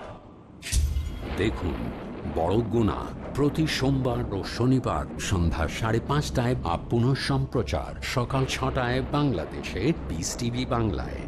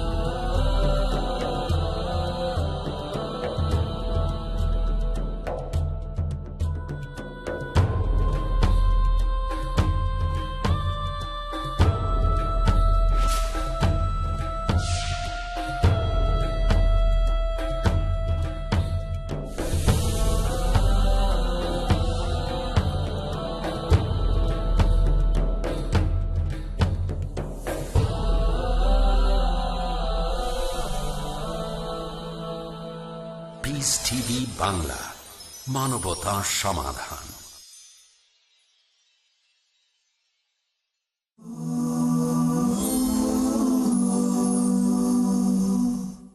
বর্তমানে দুর্ভাগ্যজনকভাবে ইসলাম ধর্ম সম্পর্কে মানুষের ভুল ধারণা সবচেয়ে বেশি। যে ধর্মটার ব্যাপারে মানুষের ভুল ধারণা সবচেয়ে বেশি সেটা হচ্ছে ইসলাম। আর ইসলাম সম্পর্কে এই ভুল ধারণা জন্মানোর অন্যতম একটা কারণ আমার মতে সেটা হচ্ছে মিডিয়া। বর্তমানে আপনারা আন্তর্জাতিক মিডিয়াতে দেখবেন ইসলামের নামে বিদ্বেষপূর্ণ মিথ্যা প্রচারণা করা হয়। আপনারা দেখবেন আন্তর্জাতিক খবরের কাগজ, আন্তর্জাতিক ম্যাগাজিন, রেডিও ব্রডকাস্ট স্টেশন, আন্তর্জাতিক স্যাটেলাইট চ্যানেল আর ইন্টারনেটে ইসলামের নামে ভুল আর মিথ্যে খবর প্রচার করা হয়। আর ইসলাম ধর্মে যে শব্দটা নিয়ে ভুল ধারণা সবচেয়ে বেশি সেটা হচ্ছে জিহাদ। এ ব্যাপারে শুধু যে মুসলিমরা ভুল জানে তা নয়, এখন মিডিয়ার কল্যাণে অমুসলিমরা এই ভুল ধারণা রপ্ত করেছে। এখনকার দিনে বেশিরভাগ মানুষ, হোক মুসলিম বা অমুসলিম, তারা মনে করে যে যুদ্ধটা করছে যে কোনো মুসলিম যে কোনো কারণে, হতে পারে ব্যক্তিগত স্বার্থে, হতে পারে সুনামের জন্য, হতে পারে খ্যাতির জন্য, হতে পারে সম্মানের জন্য, অথবা কোনো দেশের জন্য, যে যুদ্ধটা করছে একজন মুসলিম সেটাকে বলা হচ্ছে জিহাদ। জিহাদ বলতে একজন মুসলিমের যে কোনো কারণে যুদ্ধ করাকে বোঝায় না। জিহাদ এর মূল আরবি শব্দ জাহাদা, যার মানে হচ্ছে চেষ্টা করা অথবা সংগ্রাম করা। ইসলামিক পরিভাষায় জিহাদ মানে চেষ্টা আর সংগ্রাম করা নিজের খারাপ আকাঙ্ক্ষার বিরুদ্ধে। জিহাদের আরেকটা মানে চেষ্টা আর সংগ্রাম করা সমাজকে উন্নত করার জন্য। আরও একটা মানে অত্যাচারের বিরুদ্ধে চেষ্টা আর সংগ্রাম করা। জিহাদের আরও একটা মানে আত্মরক্ষার জন্য চেষ্টা আর সংগ্রাম করা। তাহলে মূলত জিহাদ মানে চেষ্টা আর সংগ্রাম করা। একজন ছাত্র যদি পরীক্ষায় পাশ করার জন্য চেষ্টা আর সংগ্রাম করে, আরবিতে তাকে আমরা বলবো জিহাদ করছে। তাহলে জিহাদ শব্দের মানে চেষ্টা আর সংগ্রাম। বর্তমানে যারা প্রাচ্যের উপর বিশেষজ্ঞ তারা জিহাদ শব্দের অনুবাদ করেন পবিত্র যুদ্ধ। যদি পবিত্র যুদ্ধ শব্দের আরবি করেন সেটা হবে হারবুম মুকাদ্দাসা। আর এই হারবুম মুকাদ্দাসা শব্দটা কোরআনের কোথাও বলা হয়নি, নবী মুহাম্মদ সাল্লাল্লাহু আলাইহি সাল্লামের কোনো হাদিসেও বলা হয়নি। এই পবিত্র যুদ্ধ শব্দটা যদি আপনার ইতিহাস দেখেন, এটা প্রথম ব্যবহার হয়েছে ক্রুসেডকে বোঝাতে। এই ক্রুসেডাররা মানুষজনকে জোর জবরদস্তি করে খ্রিস্টান ধর্ম গ্রহণ করতে বাধ্য করত, আর দুর্ভাগ্যজনকভাবে এখন শব্দটা ব্যবহার হচ্ছে ইসলাম আর মুসলিমদের বোঝাতে। কোরআন একেবারে পরিষ্কার করে বলেছে, সূরা মাইদা অধ্যায় নম্বর 5 আয়াত নম্বর 32, যদি কেউ অন্য কোনো মানুষকে হত্যা করে, সেটা যদি হত্যার অপরাধ বা দেশে বিশৃঙ্খলা সৃষ্টির অপরাধে না হয়, তাহলে সে যেন পুরো মানব জাতিকে হত্যা করল। পবিত্র কোরআন বলছে, যদি কোনো মানুষ অন্য একজন নিরীহ মানুষকে হত্যা করে, হোক সে মুসলিম বা অমুসলিম, তাহলে সে যেন পুরো মানব জাতিকেই হত্যা করল। আয়াতটাতে আরো বলা হয়েছে, যদি কেউ অন্য মানুষের জীবন বাঁচায়, হোক সে মুসলিম বা অমুসলিম, তাহলে সে যেন পুরো মানব জাতিরই জীবন বাঁচালো।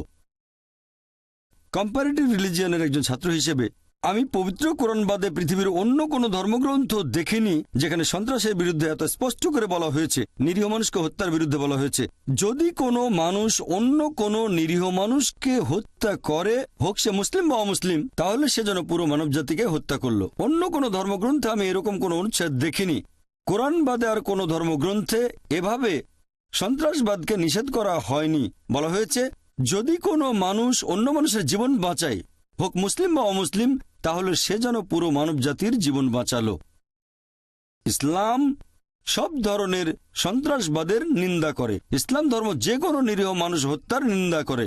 তাদের ধর্ম, বর্ণ, গোত্র যাই হোক না কেন, তারা যে দেশেরই নাগরিক হোক না কেন, সে যে ধর্মেরই অনুসারী হোক। ইসলাম আর আমি নিজেও সব ধরনের সন্ত্রাসবাদকে নিন্দা করি। এছাড়াও নিন্দা করি সেই 9/11কে, যেটা ঘটেছিল 2001 সালের 9 সেপ্টেম্বর নিউ ইয়র্কের টুইন টাওয়ারে আক্রমণ। সেখানে কয়েক হাজার নিরীহ মানুষ মারা গিয়েছিল।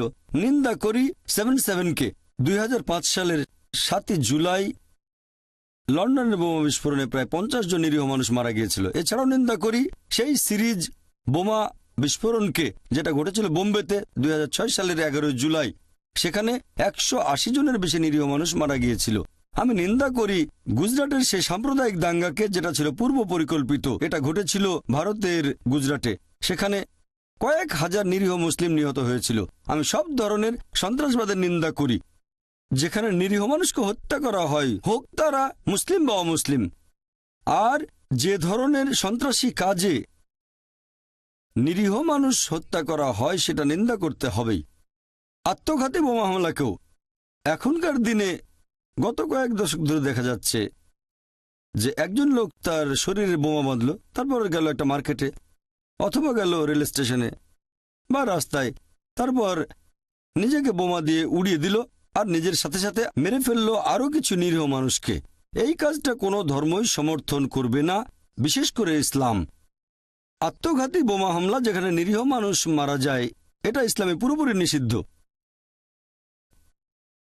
দুর্ভাগ্যজনকভাবে যদিও ইসলাম ধর্ম সব ধরনের সন্ত্রাসবাদকেই নিন্দা করে, অতীতে যত সন্ত্রাসবাদ হয়েছে সবগুলোকে, আর বিংশ শতাব্দীর সন্ত্রাসকেও নিন্দা করে। সন্ত্রাসকে নিন্দা করলেও দুর্ভাগ্যজনকভাবে বর্তমানে মিডিয়া প্রচার করে ইসলাম এমন একটা ধর্ম যেটা সন্ত্রাসবাদকে সমর্থন করে। প্রত্যেক সম্প্রদায়ে কিছু কুলাঙ্গার থাকে, আর আমিও এটা জানি যে মুসলিম সম্প্রদায়ের মধ্যেও কিছু কুলাঙ্গার আছে। মিডিয়া এখানে কি করে? মিডিয়া মুসলিমদের মধ্য থেকে সেই কুলাঙ্গারদের বেছে নেয় আর প্রচার করে যে এরাই হচ্ছে আদর্শ মুসলিম। এই মিথ্যা প্রচারের কারণে আমরা দেখি যে বেশিরভাগ মানুষ মনে করে ইসলাম সন্ত্রাসকে সমর্থন করে। কোরআন পড়লে দেখবেন, নবীর সহিহ হাদিস পড়লে দেখবেন, পৃথিবীর প্রধান ধর্মগুলোর মধ্যে ইসলাম ধর্ম সবচেয়ে সোচ্চার হয়ে নিরীহ মানুষ হত্যার প্রতিবাদ করেছে।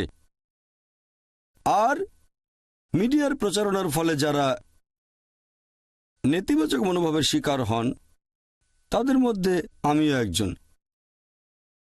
8 মাস আগে 2010 সালের জুন মাসে যুক্তরাজ্যে গিয়ে আমার বেশ কয়েকটা লেকচার দেওয়ার কথা ছিল। প্রথম লেকচারটা ছিল ওয়েমলি এরিনায়, লন্ডনের ওয়েমলিতে, তারপর এলজি এরিনা এনএসি বার্মিংহামে, এরপর শেফিল্ডের শেফিল্ড এরিনায়। প্রত্যেকটা এরিনাতে দর্শক ধারণ ক্ষমতা 10 থেকে 15,000-এর মতো, আর এগুলো খুবই বিখ্যাত। আমার লেকচার ট্যুরের মাত্র 3 সপ্তাহ আগে একটা খবর ছাপানো হলো শীর্ষস্থানীয় একটা পত্রিকা সানডে টাইমসে। সানডে টাইমসে হেডলাইন করা হলো এভাবে: ঘৃণা ছড়িয়ে দেওয়া মুসলিম ধর্মপ্রচারককে ব্রিটেনে ঢুকতে দেওয়া হচ্ছে। পত্রিকাটি আমার লেকচারের অংশবিশেষও তুলে দিল। সেগুলো হয় প্রসঙ্গ ছাড়া উদ্ধৃতি, নয়তো ভুল বলা হয়েছে। আমাকে এমনভাবে তুলে ধরল যেন আমি ঘৃণা প্রচার করি আর সন্ত্রাসবাদকে সমর্থন করি। তার কয়েকদিন পরে সেই খবরটাকে তুলে নিয়ে আবার ছাপানো হলো যুক্তরাজ্যের অনেকগুলো খবরের কাগজে। শুধুমাত্র যুক্তরাজ্যের কাগজে নয়, আন্তর্জাতিক বিভিন্ন খবরের কাগজে ছাপানো হলো, যেমন ভারতেও। দুর্ভাগ্যজনকভাবে পত্রিকায় এই খবরগুলো দেখে যুক্তরাজ্যের হোম সেক্রেটারি টেরেসা মে আমার বিরুদ্ধে একটা এক্সক্লুশন অর্ডার পাশ করলেন 2010 সালের 16 জুন। তিনি পত্রিকায় খবরটা পড়েছেন আর ইউটিউবে কিছু ভিডিও ক্লিপ দেখেছেন, আর এই ভিডিওগুলোতে প্রসঙ্গটা বাদ দেওয়া হয়েছে। এছাড়াও সেই ভিডিওতে অনেক কিছু এডিট করা হয়েছে। এই ইউটিউব ক্লিপ আর পত্রিকার খবরের ভিত্তিতে যুক্তরাজ্যের হোম সেক্রেটারি 2010 সালের 16 জুন আমার বিরুদ্ধে এক্সক্লুশন অর্ডার পাশ করলেন। এর পরের দিন 17 জুন ব্রিটেনের ডেপুটি হাইকমিশনার বোম্বে, 17 জুন তিনি আমার ভিসাকে বাতিল করে দিলেন। আমি যুক্তরাজ্যের 5 বছরের মাল্টিপল এন্ট্রি ভিসা পেয়েছিলাম। ইস্যু করা হয়েছিল 2008 সালের 15 জুলাই, মেয়াদ ছিল 2013 সালের 15 জুলাই পর্যন্ত। গত 20 বছর ধরে আমি যুক্তরাজ্যে আসা যাওয়া করছি। এমনিতেও এখানে এসেছি, লেকচার দিতেও বেশ কয়েকবার এসেছি। আমার কাছে 5 বছরের মাল্টিপল ভিসা ছিল, যেটা দিয়ে আমি আগেও 2 বার এসেছি, 2008 এবং 2009। কোনোরকম শুনানি ছাড়াই ভিসাটা বাতিল করা হলো। আমার মতে এটা মত প্রকাশের স্বাধীনতা আর মানবাধিকারের উপর একটা আক্রমণ ছাড়া কিছুই নয়। চার্লস ফার, যিনি সে সময় office for security and counter টেররিজমের ডিরেক্টর ছিলেন, তিনি এই এক্সক্লুশন অর্ডারের পক্ষে ছিলেন না। তিনি চেয়েছিলেন যেন আমি সেই মুসলিমদের কাছে পৌঁছাতে পারি যাদের কাছে তার মতে সরকার পৌঁছাতে পারছে না। তবে হোম সেক্রেটারি তার সবচেয়ে অভিজ্ঞ উপদেষ্টার কথাগুলো শুনলেন না। তিনি এক্সক্লুশন অর্ডারটা পাশ করালেন, আর এই কয়েক সপ্তাহ পরে তিনি চার্লস ফারের অধীনে একজন উপদেষ্টাকে বরখাস্ত করে দিলেন, যিনি আমাকে সমর্থন করেছিলেন। আমি ব্যক্তিগতভাবে রাজনৈতিক নিয়মকানুনের চেয়ে বিচার বিভাগের উপর বেশি ভরসা করি, আমাদের দেশ ভারতে, পাশাপাশি যুক্তরাজ্যেও।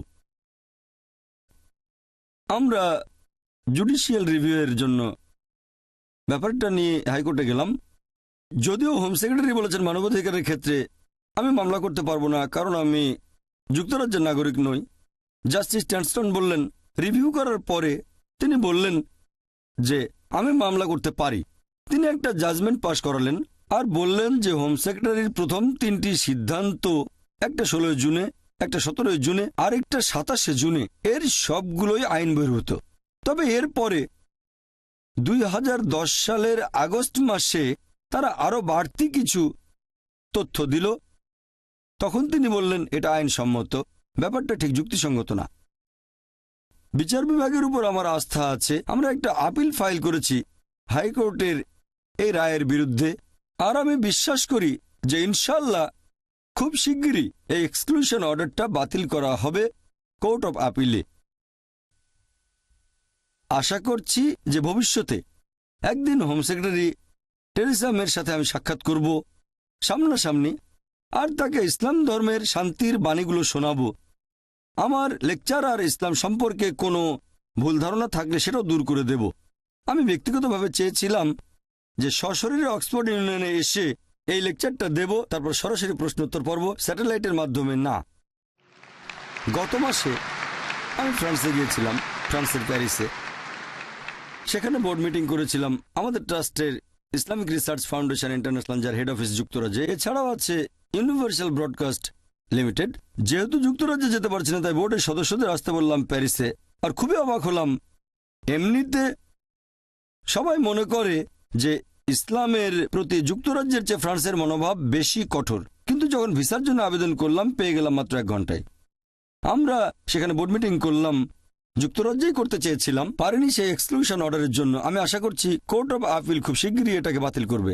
আর যদিও পৃথিবীর মানুষ ভাবতে পারে যে এ ধরনের এক্সক্লুশন অর্ডার মত প্রকাশের স্বাধীনতার উপর একটা আক্রমণ, তবে আমি ধন্যবাদ জানাবো অক্সফোর্ড ইউনিয়নকে যে একটা এক্সক্লুশন অর্ডার পাশ করা হয়েছে আমার বিরুদ্ধে, তারপরও তারা আয়োজন করেছেন এই বিতর্কের বা এই লেকচার আর প্রশ্নোত্তর পর্বের। আমি আন্তরিক ধন্যবাদ জানাচ্ছি অক্সফোর্ড ইউনিয়নকে, বিশেষ করে এর প্রেসিডেন্ট মিস্টার জেমস ল্যাংম্যানকে। এই অনুষ্ঠানের আয়োজন করে তিনি যথেষ্ট সাহসের পরিচয় দিয়েছেন। আমার কথাগুলোর সাথে অক্সফোর্ড ইউনিয়ন একমত হতে পারে, নাও পারে। আমার কথাগুলো পছন্দ করতে পারে, নাও করতে পারে। আমি প্রশংসা করছি যে তারা মত প্রকাশের স্বাধীনতাকে যথেষ্ট গুরুত্ব দেয়।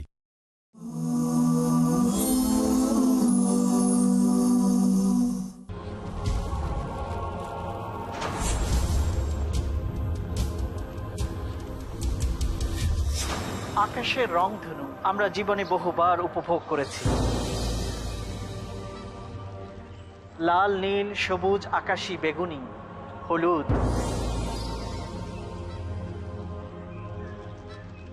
নানা রঙের সমাহার আমরা দেখেছি রংধনু।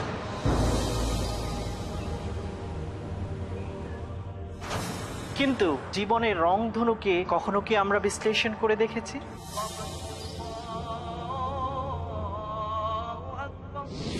আমরা জীবনের উত্থান পতন, চড়াই উতরাই, আনন্দ বেদনা, ক্ষোভ হতাশা সম্পর্কে বিস্তারিত জানার চেষ্টা করব। দেখুন জীবনের রংধনু কেবলমাত্র পিস টিভি বাংলায়।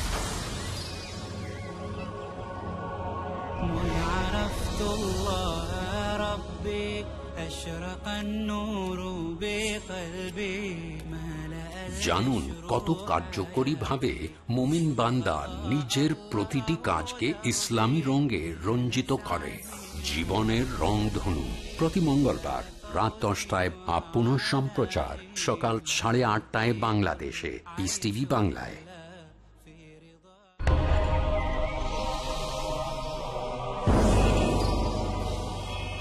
সেই তো একজন আদর্শ মুসলিম। ওয়ামান আহসানু দীনান মিম্মান আসলামা ওয়াজহাহু লিল্লাহি ওয়া হুয়া মুহসিন, যে তার সত্তাকে আল্লাহর জন্য একনিষ্ঠভাবে সৎকর্ম পরায়ণ হয়ে অনুগত করল।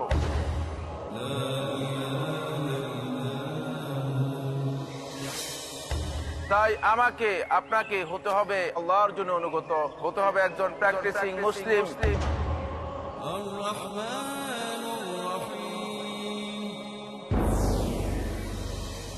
তাই একজন আদর্শ মুসলিম হতে হলে পিস টিভি বাংলায় দেখুন আমার আলোচনা একজন আদর্শ মুসলিমের করণীয় ও বর্জনীয়। কি কি রয়েছে সেই বৈশিষ্ট্য মালা যার কারণে বান্দা হতে পারে মহান আল্লাহর প্রিয়? জানুন এই অনুষ্ঠান যোগে আদর্শ মুসলিম, করণীয় ও বর্জনীয়। প্রতি সোমবার ও মঙ্গলবার রাত 9:30 বা পুনঃ সম্প্রচার সকাল 8টায় বাংলাদেশে পিস টিভি বাংলায়।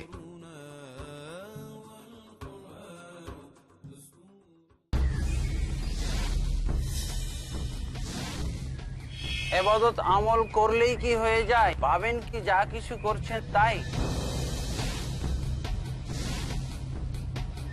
অবশ্যই নয়, যতক্ষণ না আমল এবাদত কবুল ও সংরক্ষণের শর্ত পূর্ণ হয়।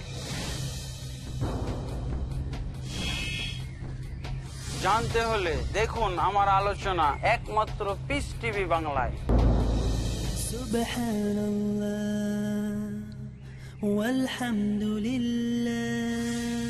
বুঝুন সেই বিশিষ্ট নীতিমালা যার কারণে ইসলাম সারা বিশ্বে জনপ্রিয় হয়ে উঠেছে।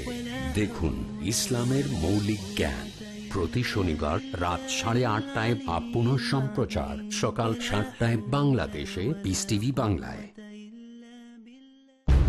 কোরআন একটা চূড়ান্ত বার্তা। মহাবিশ্বের মহাবিস্ময় মহাগ্রন্থ আল কোরআন দিয়ে আমাদের হেদায়েতের ব্যবস্থা করেছেন। কোরআন will remain as the most modern book ever. এমন এক কিতাব যেই কিতাব দিয়ে মানুষের সব সমস্যার সমাধান করা যায়। সমাজের মধ্যে আল্লাহ সুবহানাহু ওয়া তাআলা কোরআনকে রাখবেনই।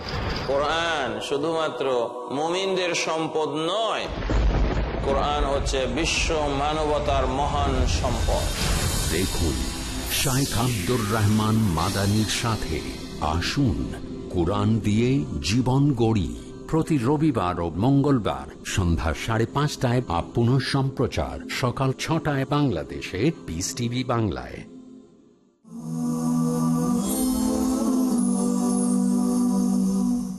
আমার লেকচার শেষ করার আগে আরেকটা কথা বলি। শান্তি হলো মানুষের সমস্যাগুলোর একমাত্র সমাধান। এই পৃথিবীর অনেক দেশেই আর্মি আছে, মিলিটারি আছে, তাদের আছে নেভি, আছে বিমান বাহিনী। অনেক দেশের আছে ভয়াবহ সব মারণাস্ত্র, অনেকের আছে পারমাণবিক অস্ত্র। বিশ্বাস করেন এগুলো দিয়ে মানুষের সমস্যাগুলোর সমাধান করা যাবে না। আমার মত অনুযায়ী একমাত্র সমাধান মানুষ জাতির সমস্যাগুলোর সেটা শান্তি। পার্থক্য থাকতেই পারে, পার্থক্য থাকবে কালচারে, পার্থক্য থাকবে আমাদের ভাষায়, পার্থক্য গায়ের রঙে, পার্থক্য সমাজ ব্যবস্থায়। আমাদের মধ্যে যতই পার্থক্য থাকুক, আমাদের সবচেয়ে বড় যে মিলটা সেটা হচ্ছে আমরা সবাই শান্তি চাই। আমার মত অনুযায়ী শান্তি হচ্ছে মানুষ জাতির সমস্যাগুলোর একমাত্র সমাধান। আমার লেকচারের শুরুতে বলেছিলাম ইসলাম এর মূল আরবি শব্দটা সালাম, যার মানে হচ্ছে শান্তি। আর এই সালাম শব্দটা পবিত্র কোরআনে আছে সব মিলিয়ে 43 বার, আর বিভিন্ন রূপ ধরলে শব্দটা কোরআনে আছে সব মিলিয়ে 143 বার। সালাম শান্তি এই শব্দটা পবিত্র কোরআনে আছে সব মিলিয়ে 143 বার। আর লেকচারের শুরুতে আমি আপনাদের উদ্দেশ্যে বলেছিলাম আসসালামু আলাইকুম, যার মানে সবার উপরে শান্তি বর্ষিত হোক।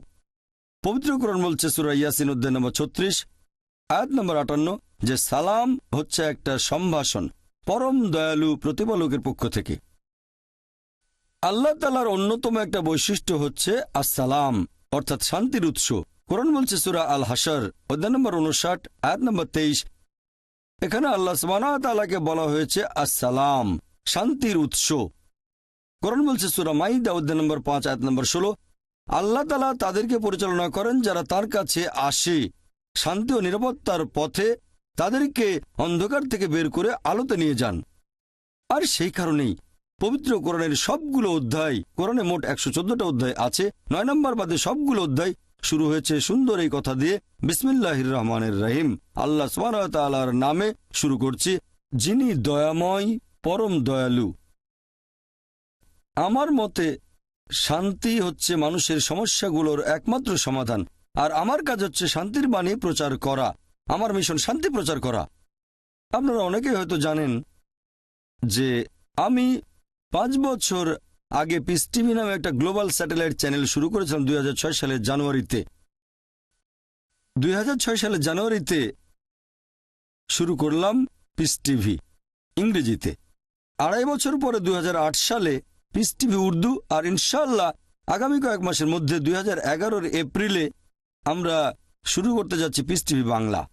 বর্তমানে পিস টিভি ইংলিশের দর্শক সংখ্যা পৃথিবী জুড়ে ইসলামিক চ্যানেলগুলোর মধ্যে সবচেয়ে বেশি। আমাদের দর্শক সংখ্যা 10 কোটিরও বেশি, আর তাদের মধ্যে 25%-এরও বেশি দর্শক হচ্ছেন অমুসলিম। যদি আমি মাত্র একজন মানুষকেও বোঝাতে পারি, হোক সে মানুষটা মুসলিম বা অমুসলিম, যদি তাকে বিরত রাখতে পারি একজন নিরীহ মানুষকে হত্যা করা থেকে, আমি মনে করব যে পুরো মানুষ জাতিকে বাঁচিয়েছি। শান্তি হচ্ছে একমাত্র সমাধান। আমি শুধু শান্তির কথাই বলবো। আমার মিশন শান্তির বাণী প্রচার করা। লেকচার শেষ করার আগে আমি ডক্টর অ্যাডাম পিয়ারসনের একটা কথার উদ্ধৃতি দেব। ডক্টর অ্যাডাম পিয়ারসন বলেছেন, মানুষ ভয় পায় যে একদিন পারমাণবিক অস্ত্রগুলো হয়তো আরবদের হাতে চলে যাবে। তারা আসলে বুঝতে পারে না যে ইসলামের বোমা অর্থাৎ শান্তির বোমা পৃথিবীতে অনেক আগেই পড়েছে। এটা পড়েছে যেদিন নবী মুহাম্মদ সাল্লাল্লাহু আলাইহি সাল্লাম জন্মেছিলেন। ওয়া আখির দাওয়ানা আলহামদুলিল্লাহি রাব্বিল আলামিন।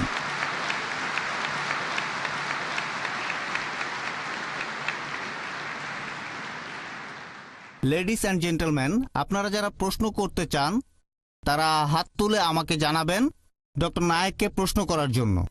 এখানে আমাদের নিয়মটা হবে এরকম, আপনারা হাত তুলে আমাকে জানাবেন, তারপর আপনারা পোডিয়ামের উপর মাইক্রোফোনের সামনে দাঁড়াবেন, একবারে 5 জন করে। প্রশ্ন করার সময় পোডিয়ামে দাঁড়াবেন, আর উত্তর শেষ না হওয়া পর্যন্ত দয়া করে সেখানেই আপনারা থাকবেন। তারপর আপনার সিটে চলে যাবেন। তাহলে প্রথম প্রশ্ন এদিক থেকে, তারপর এদিকে, তারপর ও পাশে, এভাবে প্রশ্ন করা চলতে থাকবে। হাত তুলে আমাকে জানাবেন, উত্তর শেষ হলে সিটে বসে পড়বেন। ডক্টর নায়েক, আপনার লেকচারের জন্য অনেক ধন্যবাদ। আমার প্রশ্নটা হলো, আপনি বলেছেন আপনি শান্তি প্রচার করেন। আপনি ইসলাম ধর্মের শান্তির ধারণাটা খুব সুন্দরভাবে বললেন। আপনার মাইক্রোফোনের সামনেও লেখা আছে পিস, তার মানে শান্তি। আমিও আপনার সাথে অনেক বিষয়ে একমত। আমার প্রশ্ন হচ্ছে, তারপরেও কেন আপনার কথাগুলোকে বিতর্কিত হিসেবে দেখা হয়? ইসলামিক বিশ্বে বিভিন্ন মুসলিম বিশেষজ্ঞগণ তারা আপনার কথাগুলোকে ভুল বলে মনে করেন। এরকম হওয়ার কারণটা কি? আপনি বললেন যে হোম সেক্রেটারি আপনাকে যুক্তরাজ্যে নিষিদ্ধ করেছেন মিডিয়ার ষড়যন্ত্রের কারণে। তারপরেও অনেকেই কেন আপনার কথাগুলোকে অপছন্দ করে? ভাই, খুব সুন্দর প্রশ্ন করেছেন। আমি যদি শান্তির বাণী প্রচার করি, শান্তি প্রচার করি, তারপরও অনেকে আমার বিরুদ্ধে, মুসলিম আছে, অমুসলিম আছে, যুক্তরাজ্যের হোম সেক্রেটারি। ভাই, আপনাকে বুঝতে হবে, যখন কেউ জনপ্রিয় হয়ে যায় তখন অবশ্যই তার বিরুদ্ধে কিছু লোক থাকবে। সেই জনপ্রিয় মানুষটা ভালো কাজ করতে পারে, খারাপ কাজও করতে পারে। আমি আপনাকে একটা সুন্দর উদাহরণ দিচ্ছি। বর্তমানে মাইকেল এইচ হার্ট নামে একজন লেখক, তিনি একটা বই লিখেছেন, পৃথিবীর ইতিহাসে প্রভাবশালী 100 জন মানুষ। তিনি খ্রিস্টান হলেও তালিকায় 1 নম্বরে রেখেছেন সবচেয়ে প্রভাবশালী মানুষ নবী মুহাম্মদ সাল্লাল্লাহু আলাইহি সাল্লামকে। এমনিতেও দেখবেন যে মুসলিমরা তাদের নবীকে ইতিহাসের সবচেয়ে গুরুত্বপূর্ণ আর প্রভাবশালী মানুষ বলে মনে করে থাকে। অনেক অমুসলিমও ব্যাপারটাকে এভাবেই দেখে থাকে। তবে যদি ভালো করে দেখেন যে এই পৃথিবীতে যে মানুষটার বিরুদ্ধে সবচেয়ে বেশি বই লেখা হয়েছে তিনিও নবী মুহাম্মদ সাল্লাল্লাহু আলাইহি সাল্লাম। সেই বইটাতে তালিকায় 2 নম্বরে আছেন স্যার আইজ্যাক নিউটন। তিনি আসলে সব মানুষের কাছে সেভাবে পরিচিত নন, তিনি ছিলেন বিজ্ঞানী। সেই তালিকায় 3 নম্বরে আছেন যীশু খ্রিস্ট বা ঈসা আলাইহিস সালাম। খেয়াল করলে এটাও দেখবেন, পৃথিবীর ইতিহাসে যার বিরুদ্ধে দ্বিতীয় সর্বোচ্চ বই লেখা হয়েছে তিনি হলেন যীশু খ্রিস্ট বা ঈসা আলাইহিস সালাম। এই বইগুলো দেখে আমি কি এমন সিদ্ধান্ত নেব যে নবী মুহাম্মদ সাল্লাল্লাহু আলাইহি ওয়াসাল্লাম এবং যীশু খ্রিস্ট বা ঈসা আলাইহিস সালাম তারা ভালো মানুষ ছিলেন না?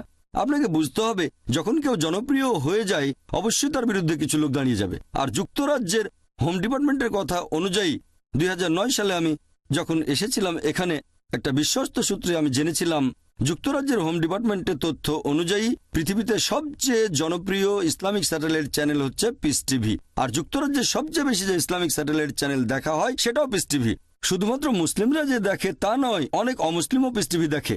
এই রিপোর্টই বলছে পৃথিবীতে সবচেয়ে জনপ্রিয় ইসলামিক বক্তা হলেন ডক্টর জাকির নায়েক, আর যুক্তরাজ্যে সবচেয়ে জনপ্রিয় ইসলামিক বক্তাও ডক্টর জাকির নায়েক। এই কারণে হোম ডিপার্টমেন্ট আমাকে অনুরোধ করেছিল যে আমি সেই মুসলিমদের কাছে পৌঁছাতে পারবো কি না যাদের কাছে ইউকে সরকার পৌঁছাতে পারছে না। তবে এখন সরকার পরিবর্তন হয়েছে, আর আমার মনে হয় এটা আসলে একটা রাজনৈতিক পদক্ষেপ, কোনো আইনি পদক্ষেপ নয়। আর হয়তো তারা চেয়েছিল জনপ্রিয় কাউকে, যাতে সবাইকে জানাতে পারে আমরা মুসলিমদের বিরুদ্ধে খুব কঠোর। আর আমার মতামত জানতে চাইলে বলবো, আমি রাজনৈতিক নেতাদের চেয়ে বিচার বিভাগের উপর বেশি ভরসা করে থাকি। আমার মতে এরকম হয়েছে জনপ্রিয়তার কারণেই, আর এটা আসলে একটা রাজনৈতিক সিদ্ধান্ত, আইনি সিদ্ধান্ত নয়। আর ইনশাল্লাহ আল্লাহ তাআলা চাইলে এই এক্সক্লুশন অর্ডারটাকে বাতিল করবে কোর্ট অব আপিল। আশা করি উত্তরটা পেয়েছেন। ধন্যবাদ। আমার নাম মিলিয়াস প্যালিওলাস, পেশায় একজন আইনজীবী, ঐতিহাসিক এবং ধর্ম বিশেষজ্ঞ। আপনি খুব সুন্দরভাবে ইসলাম এবং কোরআনের বিভিন্ন বিষয় ব্যাখ্যা করলেন। তবে ইহুদি ধর্ম, খ্রিস্টান ধর্ম আর ইসলাম, এই সবগুলো ধর্মই ইব্রাহিমের ধর্মবিশ্বাস। একজন ইহুদিও প্রায় একই রকম কথা বলতে পারবে। আপনি যেসব কথাগুলো বলেছেন উদ্ধৃতি দিতে পারবে কোরআন থেকে, উদ্ধৃতি দেবে তাওরাত এবং তালমুদ থেকে। একজন খ্রিস্টানও আপনার মতোই কথাগুলো বলতে পারবে বাইবেলের ওল্ড টেস্টামেন্ট আর নিউ টেস্টামেন্টের উদ্ধৃতি দিয়ে। আর আমি ঠিক জানি না যে আমরা এভাবে কথাটা বলতে পারি কিনা যে একটা ধর্ম অন্য আরেকটা ধর্মের চাইতে বেশি উন্নত আর সত্যি, আর অন্যান্য ধর্মগুলা মিথ্যা। এভাবে বোধহয় বলতে পারি না। এটার ফলাফল কি হতে পারে? এসব কারণেই একসময় ক্রুসেড হয়েছিল। ইতিহাস বলছে। আপনি সুবিচার আর শান্তির কথা বললেন। পবিত্র বাইবেলেও এই সুবিচার আর শান্তির কথায় অনেক বেশি বলা হয়েছে, অনেক বেশিবার বলা হয়েছে, পবিত্র আত্মার চাইতে অনেক বেশি। আর খ্রিস্টান ধর্মের অনুসারীরাও অনেক শান্তিপ্রিয়। 313 খ্রিস্টাব্দে রোমান সম্রাট তাদের সমর্থন করেন। এখন আপনার কথাগুলোর সাথে ইহুদি বা খ্রিস্টান ধর্মের কথার পার্থক্যটা কি, আর তার ফলাফল কি হতে পারে? ভাই, খুব সুন্দর প্রশ্ন করেছেন। আমি আপনার সঙ্গে একমত। যদি ইহুদিদের ধর্মগ্রন্থ পড়ে দেখেন, খ্রিস্টান ধর্মগ্রন্থ, সেখানেও দেখবেন শান্তির কথা আছে। আমি আমার কোনো লেকচারে এরকম কথা কখনোই বলিনি যে অমুক ধর্মটা শান্তির বিরুদ্ধে অথবা অমুক ধর্মটা সন্ত্রাসবাদকে সমর্থন করে। আমি বলেছি সবগুলো ধর্মই সন্ত্রাসবাদের বিরুদ্ধে। আমি আমার লেকচারে আরেকটা কথাও বলেছিলাম যে কোরআনের একটা আয়াত, সূরা মাইদা অধ্যায় 5 আয়াত 32, এই আয়াতটা খুব জোরালোভাবে বলছে। আমি অন্য কোনো ধর্মগ্রন্থে এরকম কোনো কথা দেখিনি, কারণ আমি কম্পারেটিভ রিলিজিয়নের ছাত্র। আয়াতটা বলছে যদি আপনি একজন নিরীহ মানুষকে হত্যা করেন তাহলে আপনি যেন পুরো মানুষ জাতিকে হত্যা করলেন, আর যদি একজন নিরীহ মানুষের জীবন বাঁচান তাহলে যেন পুরো মানুষ জাতিকে বাঁচালেন।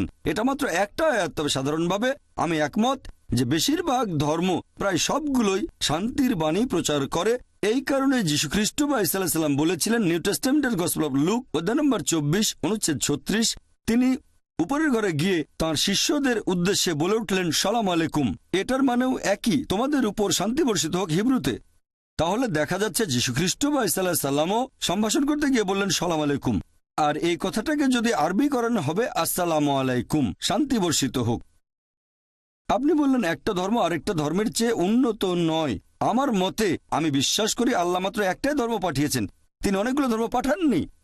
পবিত্র কোরআন বলছে যে আল্লাহ মানুষ জাতিকে বিভক্ত করেছেন বিভিন্ন গোত্রে, বিভিন্ন বর্ণে, বিভিন্ন ভাষায়, যাতে একে অন্যের সাথে পরিচিত হতে পারে, এজন্য না যাকে অন্যকে ঘৃণা করবে।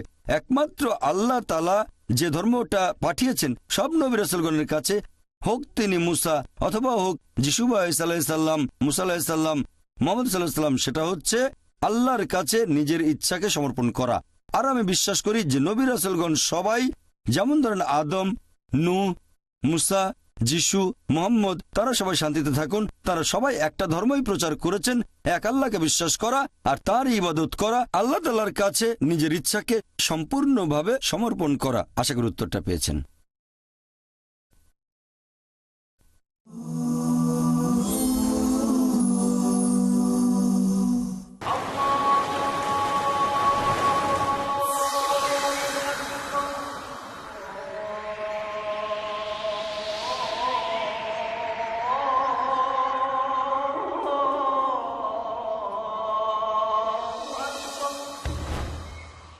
যাদের পথে চলা যায় না,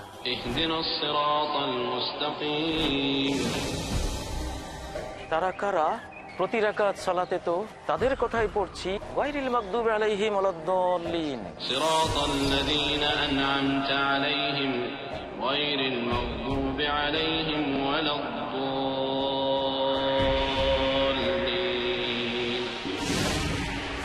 তবে কি ইচ্ছে করে অথবা জ্ঞানের ভুলে আমরা অনেকেই ছুটে চলেছি সেই অভিশপ্ত এবং ভ্রান্তদের পথেই। জানতে দেখুন পিস টিভি বাংলায় আমাদের আয়োজন যাদের পথে চলা যায় না। সুবহানাল্লাহ হামদালিল্লাহ ওয়া লা ইলাহা ইল্লাল্লাহ আল্লাহু আকবার। সুবহানাল্লাহ হামদালিল্লাহ ওয়া লা ইলাহা ইল্লাল্লাহ আল্লাহু আকবার। জানেন কেন ইসলাম মন্দ পথকে নির্বাচন না করার নির্দেশ দিয়েছে? যাদের পথে চলা যায় না। প্রতি রবিবার রাত 10টায় বা পুনঃ সম্প্রচার সকাল 8:30টায় বাংলাদেশে পিস টিভি বাংলায়।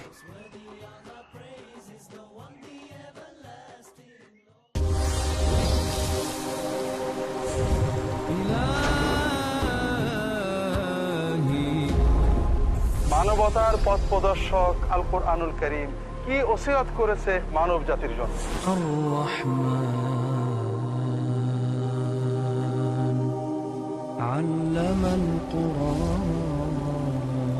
দ্বীন ইসলামের মূল নির্দেশনাগুলো কি কি?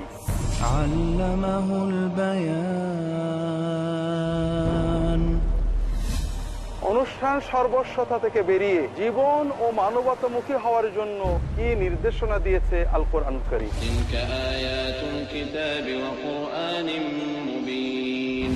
এসব কিছু জানার জন্য দেখতে থাকুন পিস টিভি বাংলার নিয়মিত অনুষ্ঠান আল কোরআনের ওসিয়ত। ألف باء تاء ثاء جيم حاء خاء ألف باء تاء ثاء جيم حاء خاء دال ذال। পবিত্র এবং বিশুদ্ধ জীবন যাপন করার জন্য কুরআন দিয়েছে কি কি নির্দেশনা? জানতে হলে দেখুন কুরআনের ওসিয়ত প্রতি বৃহস্পতিবার সন্ধ্যা 6:30টায় বা পুনঃ সম্প্রচার দুপুর 12:30টায় বাংলাদেশে পিস টিভি বাংলায়।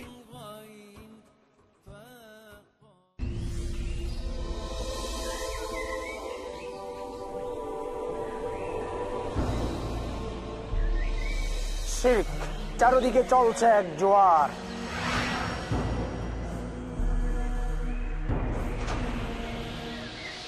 বিদআতের প্রচন্ড ঝড়ে লন্ডভন্ড রাসূলুল্লাহ সাল্লাল্লাহু আলাইহি ওয়াসাল্লামের সুন্নাহ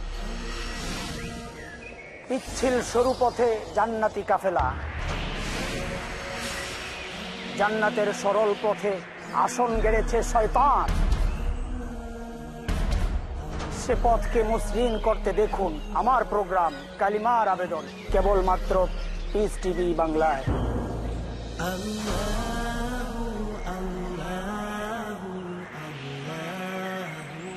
জানুন কেন মুমিন নিজের জন্য নির্বাচন করেন সেই কাজ যার প্রথম উদ্দেশ্য হল তাওহীদের প্রচার, কালিমার আবেদন। প্রতি বৃহস্পতিবার রাত 11:30টায় বা পুনঃ সম্প্রচার সকাল 8:30টায় বাংলাদেশে পিস টিভি বাংলায়। একটি পরিকল্পিত আলোচনা। জন্ম নিয়ন্ত্রণ চিন্তাধারা কতটা ইসলামের সাথে সংগতিশীল? মানবতার কল্যাণের জন্য তারা নিজ দেশে বলছে সন্তান বাড়াও, অপরদিকে মুসলিম দেশগুলিতে জনসংখ্যা কমানো যায় এর পুরস্কার ঘোষণা করছে। উন্নতি সাধনের জন্য কোরআন হাদিসের জ্ঞান মানুষের যখন থাকে না তখনই মানুষ এই পদক্ষেপ নেয়। এটার অনেকগুলো দিক রয়েছে। ডক্টর আব্দুল্লাহ জাহাঙ্গীর, আব্দুর রাজ্জাক বিন ইউসুফ, শেখ শাহিদুল্লাহ খান মাদানী, মুফতি কাজী মোহাম্মদ ইব্রাহিম, জাহাঙ্গীর আলম। সর্বশেষ চূড়ান্ত ধর্ম ইসলাম। রিজিক দাতা মাতাও নন পিতাও নন। মুসলমানের একটা আস্থা বিশ্বাস গোটা বিশ্বের তিনি রব। আল্লাহ তাআলা মানব জাতিকে সৃষ্টি করেছেন, এর মূল ইউনিট হলো পরিবার। বোঝেন জীবনের বার্তা, জ্ঞানগর্ভ আলোচনার মঞ্চ প্রতি রবিবার রাত 9:30টায় বা পুনঃ সম্প্রচার সকাল 8টায় বাংলাদেশে পিস টিভি বাংলায়।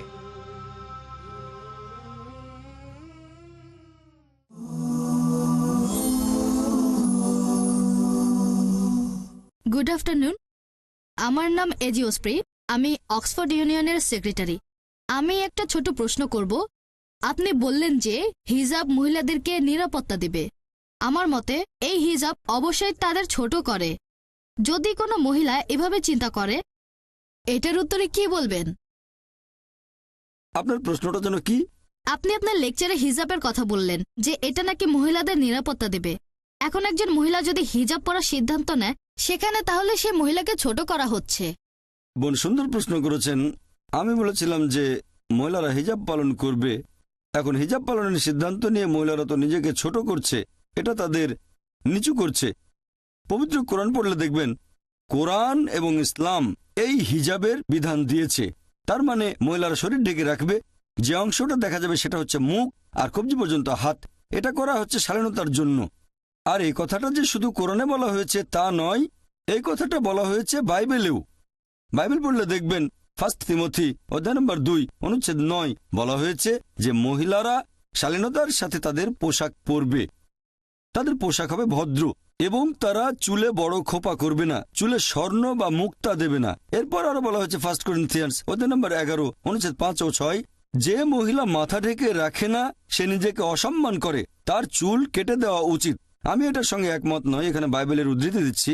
একইভাবে বেদ পড়লে দেখবেন বলা হয়েছে মহিলারা মাথা ঢেকে রাখবে। তাহলে সবগুলো ধর্মগ্রন্থই বলছে যে মহিলারা কাপড় দিয়ে মাথা ঢাকবে। এটা শালীনতার জন্য, এটা মহিলাদের ছোট করার জন্য নয়। আর আপনারা দেখবেন আমার বিরুদ্ধে একটা অভিযোগ করা হয়েছিল এরকম যে ডক্টর জাকির নায়েক বলেছেন মহিলারা যদি হিজাব না পরে আর যদি তারা পশ্চিমা পোশাক পরে তাহলে তাদের ধর্ষণের শিকার হওয়ার সম্ভাবনা থাকে। এখানেও আসলে ভুল উদ্ধৃতি দেওয়া হয়েছে। আমি বলেছিলাম যে মহিলারা খোলামেলা পোশাক পরলে ধর্ষিত হওয়ার সম্ভাবনা বেশি থাকে। আমি আরেকটা কথা বলি যে সানডে টাইমস পত্রিকা, যে পত্রিকা আমার বিরুদ্ধে খবর ছেপেছিল 1 বছর আগে 2009 সালে মার্চ মাসের 9 তারিখে সানডে টাইমসে এটা ছাপা হয়েছিল যে ব্রিটেনে প্রতি 7 জনে 1 জন মনে করে যেসব মহিলারা খোলামেলা পোশাক পরে তাদের আঘাত করা উচিত। দুঃখিত, আমি এটার সঙ্গে একমত নই। এটা একটা পরিসংখ্যান যেটা দেওয়া হয়েছিল সানডে টাইমস পত্রিকায় 2009 সালে মার্চ মাসের 9 তারিখে, যে ব্রিটেনে প্রতি 7 জনে 1 জন ব্রিটিশ মনে করে যে মহিলারা খোলামেলা পোশাক পরে তাদের আঘাত করা উচিত। এর সঙ্গে আমি একমত নই।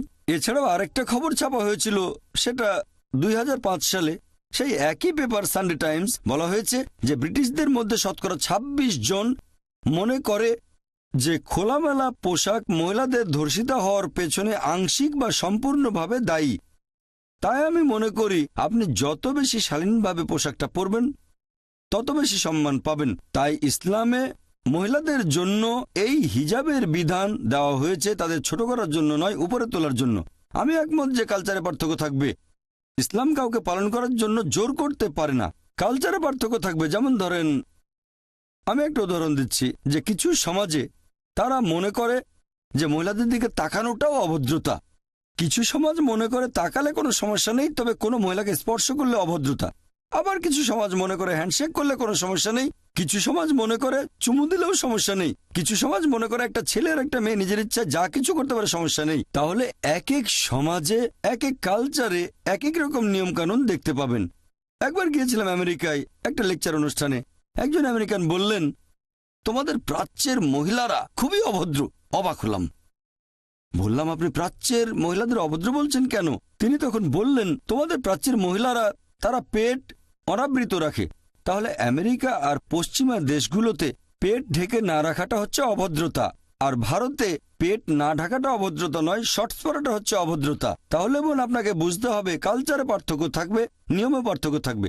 ইসলাম জোর করতে পারে না পালন করার জন্য। পবিত্র কোরআনে পরিষ্কার বলা হয়েছে সূরা বাকারা অধ্যায় 2 আয়াত নম্বর 256, দিনের ব্যাপারে কোনো জবরদস্তি নেই। তবে যদি একজন মহিলা হিজাব পালন করতে চায় কারণ তারা মনে করে যে এভাবে শালীন থাকবে, সম্মান পাবে, আমার মতে অন্য মহিলাদের দ্বিমত হওয়া উচিত না। আমি যখন যুক্তরাজ্যে গেছিলাম তখন হাজার হাজার মহিলাকে দেখেছি আমি যারা মাথা ঢেকে রেখেছে। তারা মনে করে এতে মর্যাদা বাড়ছে, কারণ হচ্ছে শালীনতা। আশা করি উত্তরটা পেয়েছেন।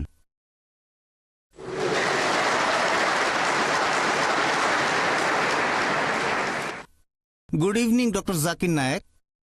আমার নাম ডক্টর রামসি, অক্সফোর্ড থেকে, ইউনিভার্সাল পিস অর্গানাইজেশনের অ্যাম্বাসেডর। এছাড়াও আমি মুসলিম কাউন্সিল অব ব্রিটেনের একজন সদস্য। প্রথমেই বলবো, আপনি অসাধারণ একটা কাজ করেছেন, আলহামদুলিল্লাহ।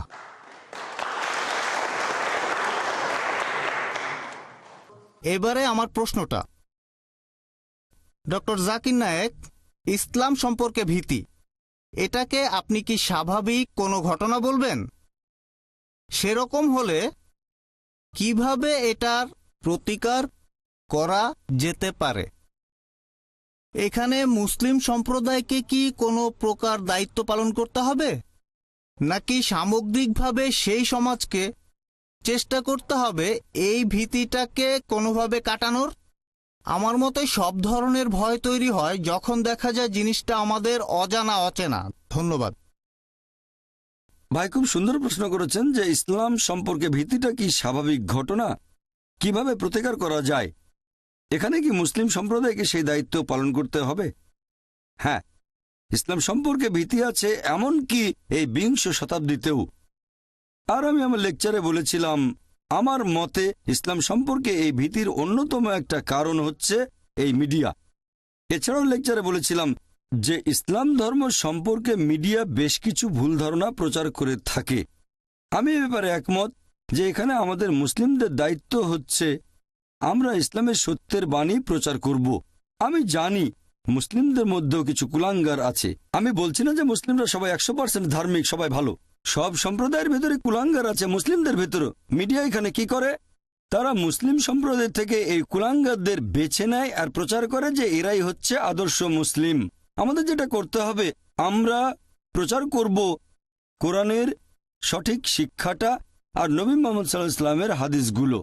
আর যদি কোনো মুসলিম এমন কোনো কাজ করে যেটা ইসলাম ধর্মের বিরুদ্ধে যায়, সেটা যদি সন্ত্রাসবাদ হয়ে থাকে, যদি নিরীহ মানুষকে মারা হয়, তাহলে আমাদের মুসলিমদের দায়িত্ব এই সব লোকদের জানানো যে এটা হচ্ছে হারাম। কিছু মানুষ ভুল পথে পরিচালিত হয়েছে আর তাদের ব্রেন ওয়াশ করা হয়েছে, তাই তারা বলে যে নিরীহ মানুষ হত্যা করাটা ইসলামের একটা অংশ, এজন্য পুরস্কার পাবেন। আমাদের দায়িত্ব হবে মূলধারার মুসলিম হিসেবে ইসলামের সঠিক আর সত্যের বাণী প্রচার করা আর এই সব মুসলিমদের ভুল পথে যেতে না দেওয়া।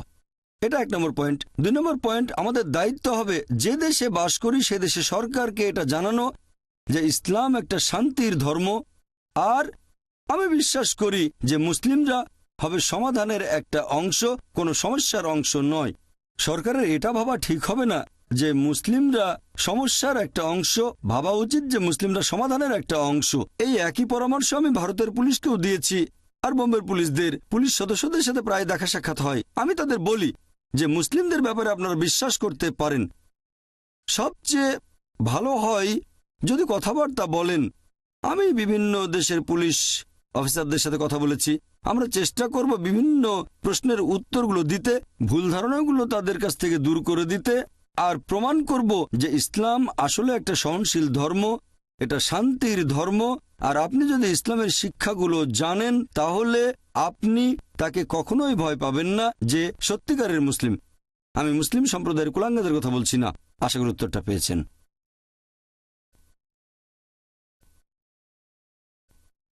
ডক্টর নায়েক, আমার নাম ইয়াসমিন, আমি ইউনিভার্সিটির ছাত্রী। আমার প্রশ্নটা আগের প্রশ্নটার একটা প্রসঙ্গ থেকে। আপনি বলেছিলেন যে আপনি যুক্তরাজ্যে আসতে চেয়েছিলেন কারণ আপনি সেই মুসলিমদের কাছে পৌঁছাতে চেয়েছিলেন যাদের কাছে সরকার পৌঁছাতে পারছে না। এখন আপনার মতে যুক্তরাজ্যের সরকার ঠিক কোন কারণে ব্রিটেনের মুসলিমদের কাছে সেভাবে পৌঁছাতে পারছে না? ধন্যবাদ। বোন, আপনি প্রশ্ন করেছেন যে আমি যুক্তরাজ্যে আসতে চেয়েছিলাম সেই সব মুসলিমদের কাছে পৌঁছানোর জন্য যাদের কাছে সরকার পৌঁছাতে পারছে না। আপনার বুঝতে একটু ভুল হয়েছে বোন। আমি বলেছিলাম Charles Farr, office for security and counter টেররিজমের ডিরেক্টর জেনারেল মনে করেন যে আমি সেই সব মুসলিমদের কাছে পৌঁছাতে পারি যাদের কাছে সরকার পৌঁছাতে পারছে না। তিনি মনে করেন, আমি না। আর আমি যেটা মনে করি, এখানে হোম ডিপার্টমেন্টের কাছে এই তথ্যটা ছিল যে পিস টিভি হচ্ছে যুক্তরাজ্যের সবচেয়ে জনপ্রিয় ইসলামিক স্যাটেলাইট টিভি চ্যানেল। মুসলিমরা দেখেন, পাশাপাশি অমুসলিমরা দেখেন। আর সবচেয়ে জনপ্রিয় বক্তা হোম ডিপার্টমেন্টের কথা অনুযায়ী, আমার না, হোম ডিপার্টমেন্টের কথা অনুযায়ী ডক্টর জাকির নায়েক। তিনি মনে করেছিলেন আমি তাদের কাছে পৌঁছাতে পারবো। আর তিনি হয়তো ভেবেছিলেন আমার কথাগুলো প্রভাব ফেলবে। আর তিনি হয়তো আমার কথাগুলো প্রসঙ্গসহ পড়েছেন। সেই কারণেই তিনি হোম সেক্রেটারি টেরেসা মের পাশ করা সেই এক্সক্লুশন অর্ডারের বিরুদ্ধে ছিলেন। আশা করি উত্তরটা পেয়েছেন। আপনার মতে তার যুক্তিটা কি ছিল? কারণটা কি হতে পারে যে জন্য সরকার মুসলিমদের কাছে পৌঁছাতে পারছে না? হ্যাঁ, যদি আমার মতামত জানতে চান যে আমি চার্লস ফারের দৃষ্টিভঙ্গিটার সাথে একমত কি না যে সরকার পৌঁছাতে পারছে না, হ্যাঁ আমি একমত।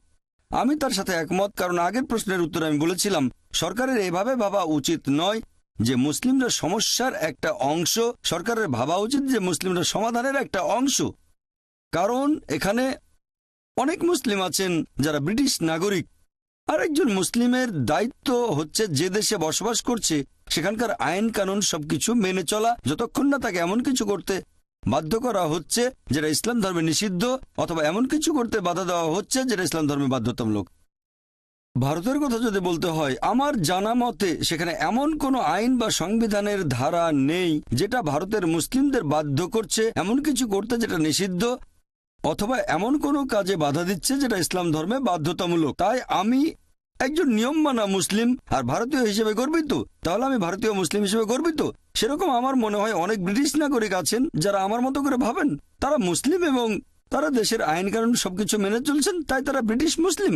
আমার মতে সরকারের উচিত হবে মুসলিমদের বিশ্বাস করা, আর তাদের যেটা করা উচিত তারা এটা নিশ্চিত করবে যে মিডিয়ার এই মিথ্যে প্রচারণা কুৎসা রটানো যেন বন্ধ হয়।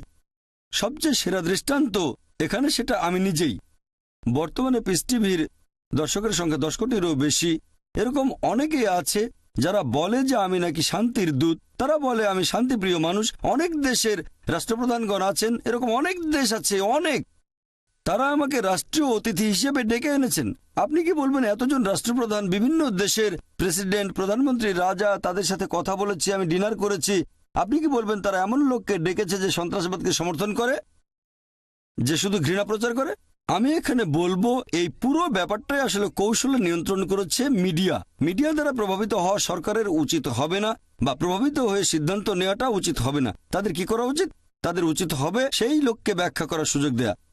তাহলে আমার মতে তাদের ভেতরের ভুল ধারণাগুলো দূর হবে, আর আমি নিশ্চিত যে যুক্তরাজ্য বসবাসের জন্য একটা শান্তিপূর্ণ জায়গা হবে। আশা করি উত্তরটা পেয়েছেন।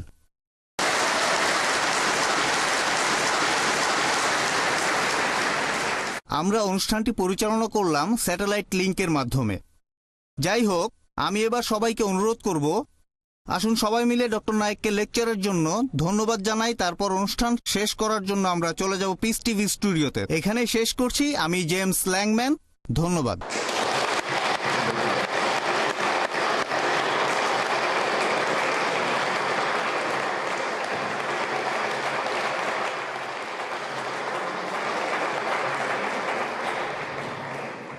আমি আন্তরিকভাবে ধন্যবাদ জানাচ্ছি অক্সফোর্ড ইউনিয়নকে, বিশেষ করে অক্সফোর্ড ইউনিয়নের প্রেসিডেন্ট মিস্টার জেমস ল্যাংম্যানকে এই অনুষ্ঠানের আয়োজনের জন্য।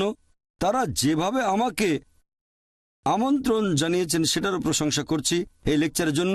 আর এছাড়াও যুক্তরাজ্যের লোকজন এই অনুষ্ঠানটি সরাসরি সম্প্রচার হতে দেখবে যে আমি এমন একজন মানুষ যে শান্তির বাণী প্রচার করে। সরাসরি সম্প্রচারে কোনো কিছু এডিট করা যায় না, কোনো কিছু বদলানো হয় না। আপনি এই সরাসরি সম্প্রচারে ভরসা করতে পারেন। ইউটিউবের ক্লিপে সেই ভরসাটা নেই, সেটা বদলানো যেতে পারে। আমি আবারও অক্সফোর্ড ইউনিয়নের সদস্যদের আন্তরিক ধন্যবাদ জানাচ্ছি। আমি আশা করছি খুব শিগগিরই যখন এক্সক্লুশন অর্ডারটা বাতিল করা হবে, ইচ্ছে আছে আমি নিজে একবার অক্সফোর্ড ইউনিয়নে এসে সদস্যদের সাথে পরিচিত হব। সবাইকে অনেক ধন্যবাদ। ও আখিরি দাওয়ানা আলহামদুলিল্লাহ রাব্বিল আলামিন।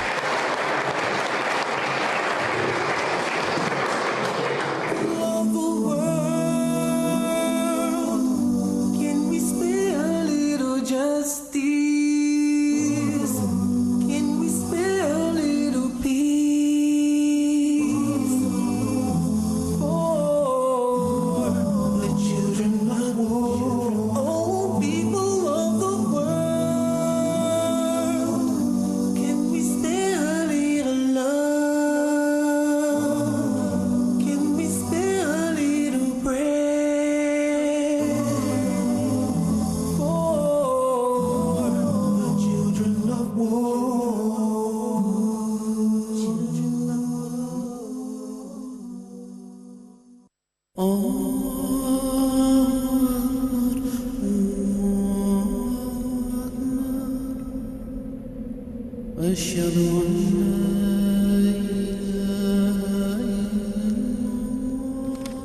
أن الذين آمنوا وعملوا الصالحات وأقاموا الصلاة وآتوا الزكاة لهم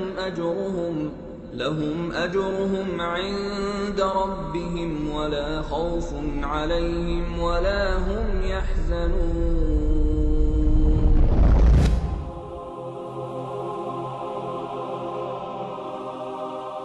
আসসালামু আলাইকুম। ওয়ালাইকুম সালাম। আসসালামু আলাইকুম। আমি আমাদের এই ধর্মের আসল সৌন্দর্য অন্যদের কাছে ছড়ানোর জন্য চেষ্টা করছি, কিন্তু দুর্ভাগ্যবশত আমি ইসলামের বাণী ছড়ানোর কোনো উপায় খুঁজে পাইনি। আমার কাছে এর সমাধান আছে। যেহেতু আমি কোনো আলিম নই, তাই আমি বেছে নিয়েছি পিস টিভিকে, একটি আন্তর্জাতিক খ্যাতি সম্পন্ন ইসলামিক টেলিভিশন চ্যানেল। একটা টেলিভিশন চ্যানেলকে কি জাকাত দেওয়া যাবে? হ্যাঁ সত্যি, যদি এটা হয় non profit Islamic television channel piece TV নয়, কেন নয়? পৃথিবীর বড় বড় আলেমগণের নিকট থেকে ফতোয়া এসেছে যা বলে যে জাকাত দেওয়া যাবে কোনো অলাভজনক ইসলামিক স্যাটেলাইট টেলিভিশন চ্যানেলকে, যার মূল লক্ষ্য হচ্ছে ইসলামের সঠিক বাণী ছড়িয়ে দেওয়া। পিস টিভির সাথে থাকুন। আপনার জাকাত ও দানের অর্থ পাঠাতে পারেন IRFI, Al Rayan bank, quadrant code 48 Calthorpe road, Birmingham, UK। Pound account number 011323001, IBAN GB52 LOYD 30963401 024192, short code 300083, সোয়েব BIC কোড IBO BGB22। টাকা পাঠিয়ে আমাদের ইমেল করুন admin@peacetv.tv। পিস টিভি, মানবতার সমাধান। আল্লাহর একত্বের প্রতি ভরসা, একনিষ্ঠভাবে একমুখী হয়ে সব দিক থেকে তাকে এক জানতে হবে। শিরক থেকে সম্পূর্ণ বিরত থাকা, শিরক মহাপাপ, কোনো সন্দেহ নেই, এবং সেটা ঈমানকে পরিপূর্ণ ধ্বংস করে দেবে। সুন্নাতের অনুসরণ। আল্লাহর নিকটে মনোনীত দিন হলো ইসলাম। ইসলামে যেগুলি সুস্পষ্ট ইবাদত। কোরআন বিরোধী যে কার্যক্রমে অংশগ্রহণ কেউ করবে, আমরা নিশ্চিত করে জেনে রাখবো তিনিও আমানতের খেয়ানত করেছেন। হাসান জামিল, শাহিদুল্লাহ খান মাদানী, ডক্টর হাফেজ ABM হাসবুল্লাহ, আকরামুজ্জামান বিন আব্দুসসালাম, মুজফফর বিন মুহসিন, মোহাম্মদুল হাসান, আব্দুর রাজ্জাক, জাহাঙ্গীর আলমের উপস্থাপনায় তাওহীদ, ঈমান এবং ইসলামের মূল ভিত্তি। কবরকে সিজদা করতেছে, সেটা ইসলাম ভঙ্গের কারণ। স্রষ্টা আল্লাহ, কর্তা একমাত্র আল্লাহ। আর কি কি আছে মুমিনের দায়িত্ব জানার জন্য দেখুন আকীদা, প্রতি রবিবার ও শুক্রবার রাত 8টায়, পুনঃ সম্প্রচার সকাল 6:30 বাংলাদেশে পিস টিভি বাংলায়। বিশ্বজাহান পরিচালনার জন্যে সুন্দর একটি যদি বিধান না হয়, তাহলে তার ধ্বংস যে অনিবার্য। শেখ সাইফুদ্দিন বিলাল মাদানী। তাই আসুন সুন্নাহর আলোকে জীবন গড়ার জন্যে পিস টিভি বাংলায় আপনাদের জন্য নির্বাচিত কিতাব বুলুগুল মারাম মিন আদিল্লাতিল আহকাম এর মাধ্যমে দার্সে হাদিসের সুব্যবস্থা করা হয়েছে। আপনাদের সকলকে শোনার এবং জানার জন্যে সাদর আমন্ত্রণ জানাচ্ছি। দেখুন বুলুগুল মারামের দার্সে হাদিস শুধুমাত্র পিস টিভি বাংলায়। বুলুগুল মারাম প্রতি রবিবার, মঙ্গলবার ও বৃহস্পতিবার সন্ধ্যা 6টায়, পুনঃ সম্প্রচার দুপুর 1:30 বাংলাদেশে পিস টিভি বাংলায়।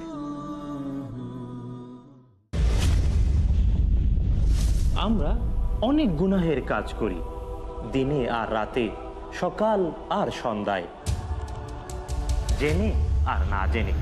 কিন্তু কিছু গুনাহ রয়েছে কবিরা, যা আল্লাহ সুবহানাহু ওয়া তাআলা তওবা করা ছাড়া ক্ষমা করে দেবেন না। শাহ ওয়ালিউল্লাহ। কিন্তু বন্ধু, জানেন কোনটি কবিরা গুনাহ? বেঁচে থাকতে চান কবিরা গুনাহ থেকে? তাহলে যোগ দিন আমার সাথে পিস টিভি বাংলায়। দেখুন বড় গুনাহ প্রতি সোমবার ও শনিবার সন্ধ্যা 5:30, পুনঃ সম্প্রচার সকাল 6টায় বাংলাদেশে পিস টিভি বাংলায়।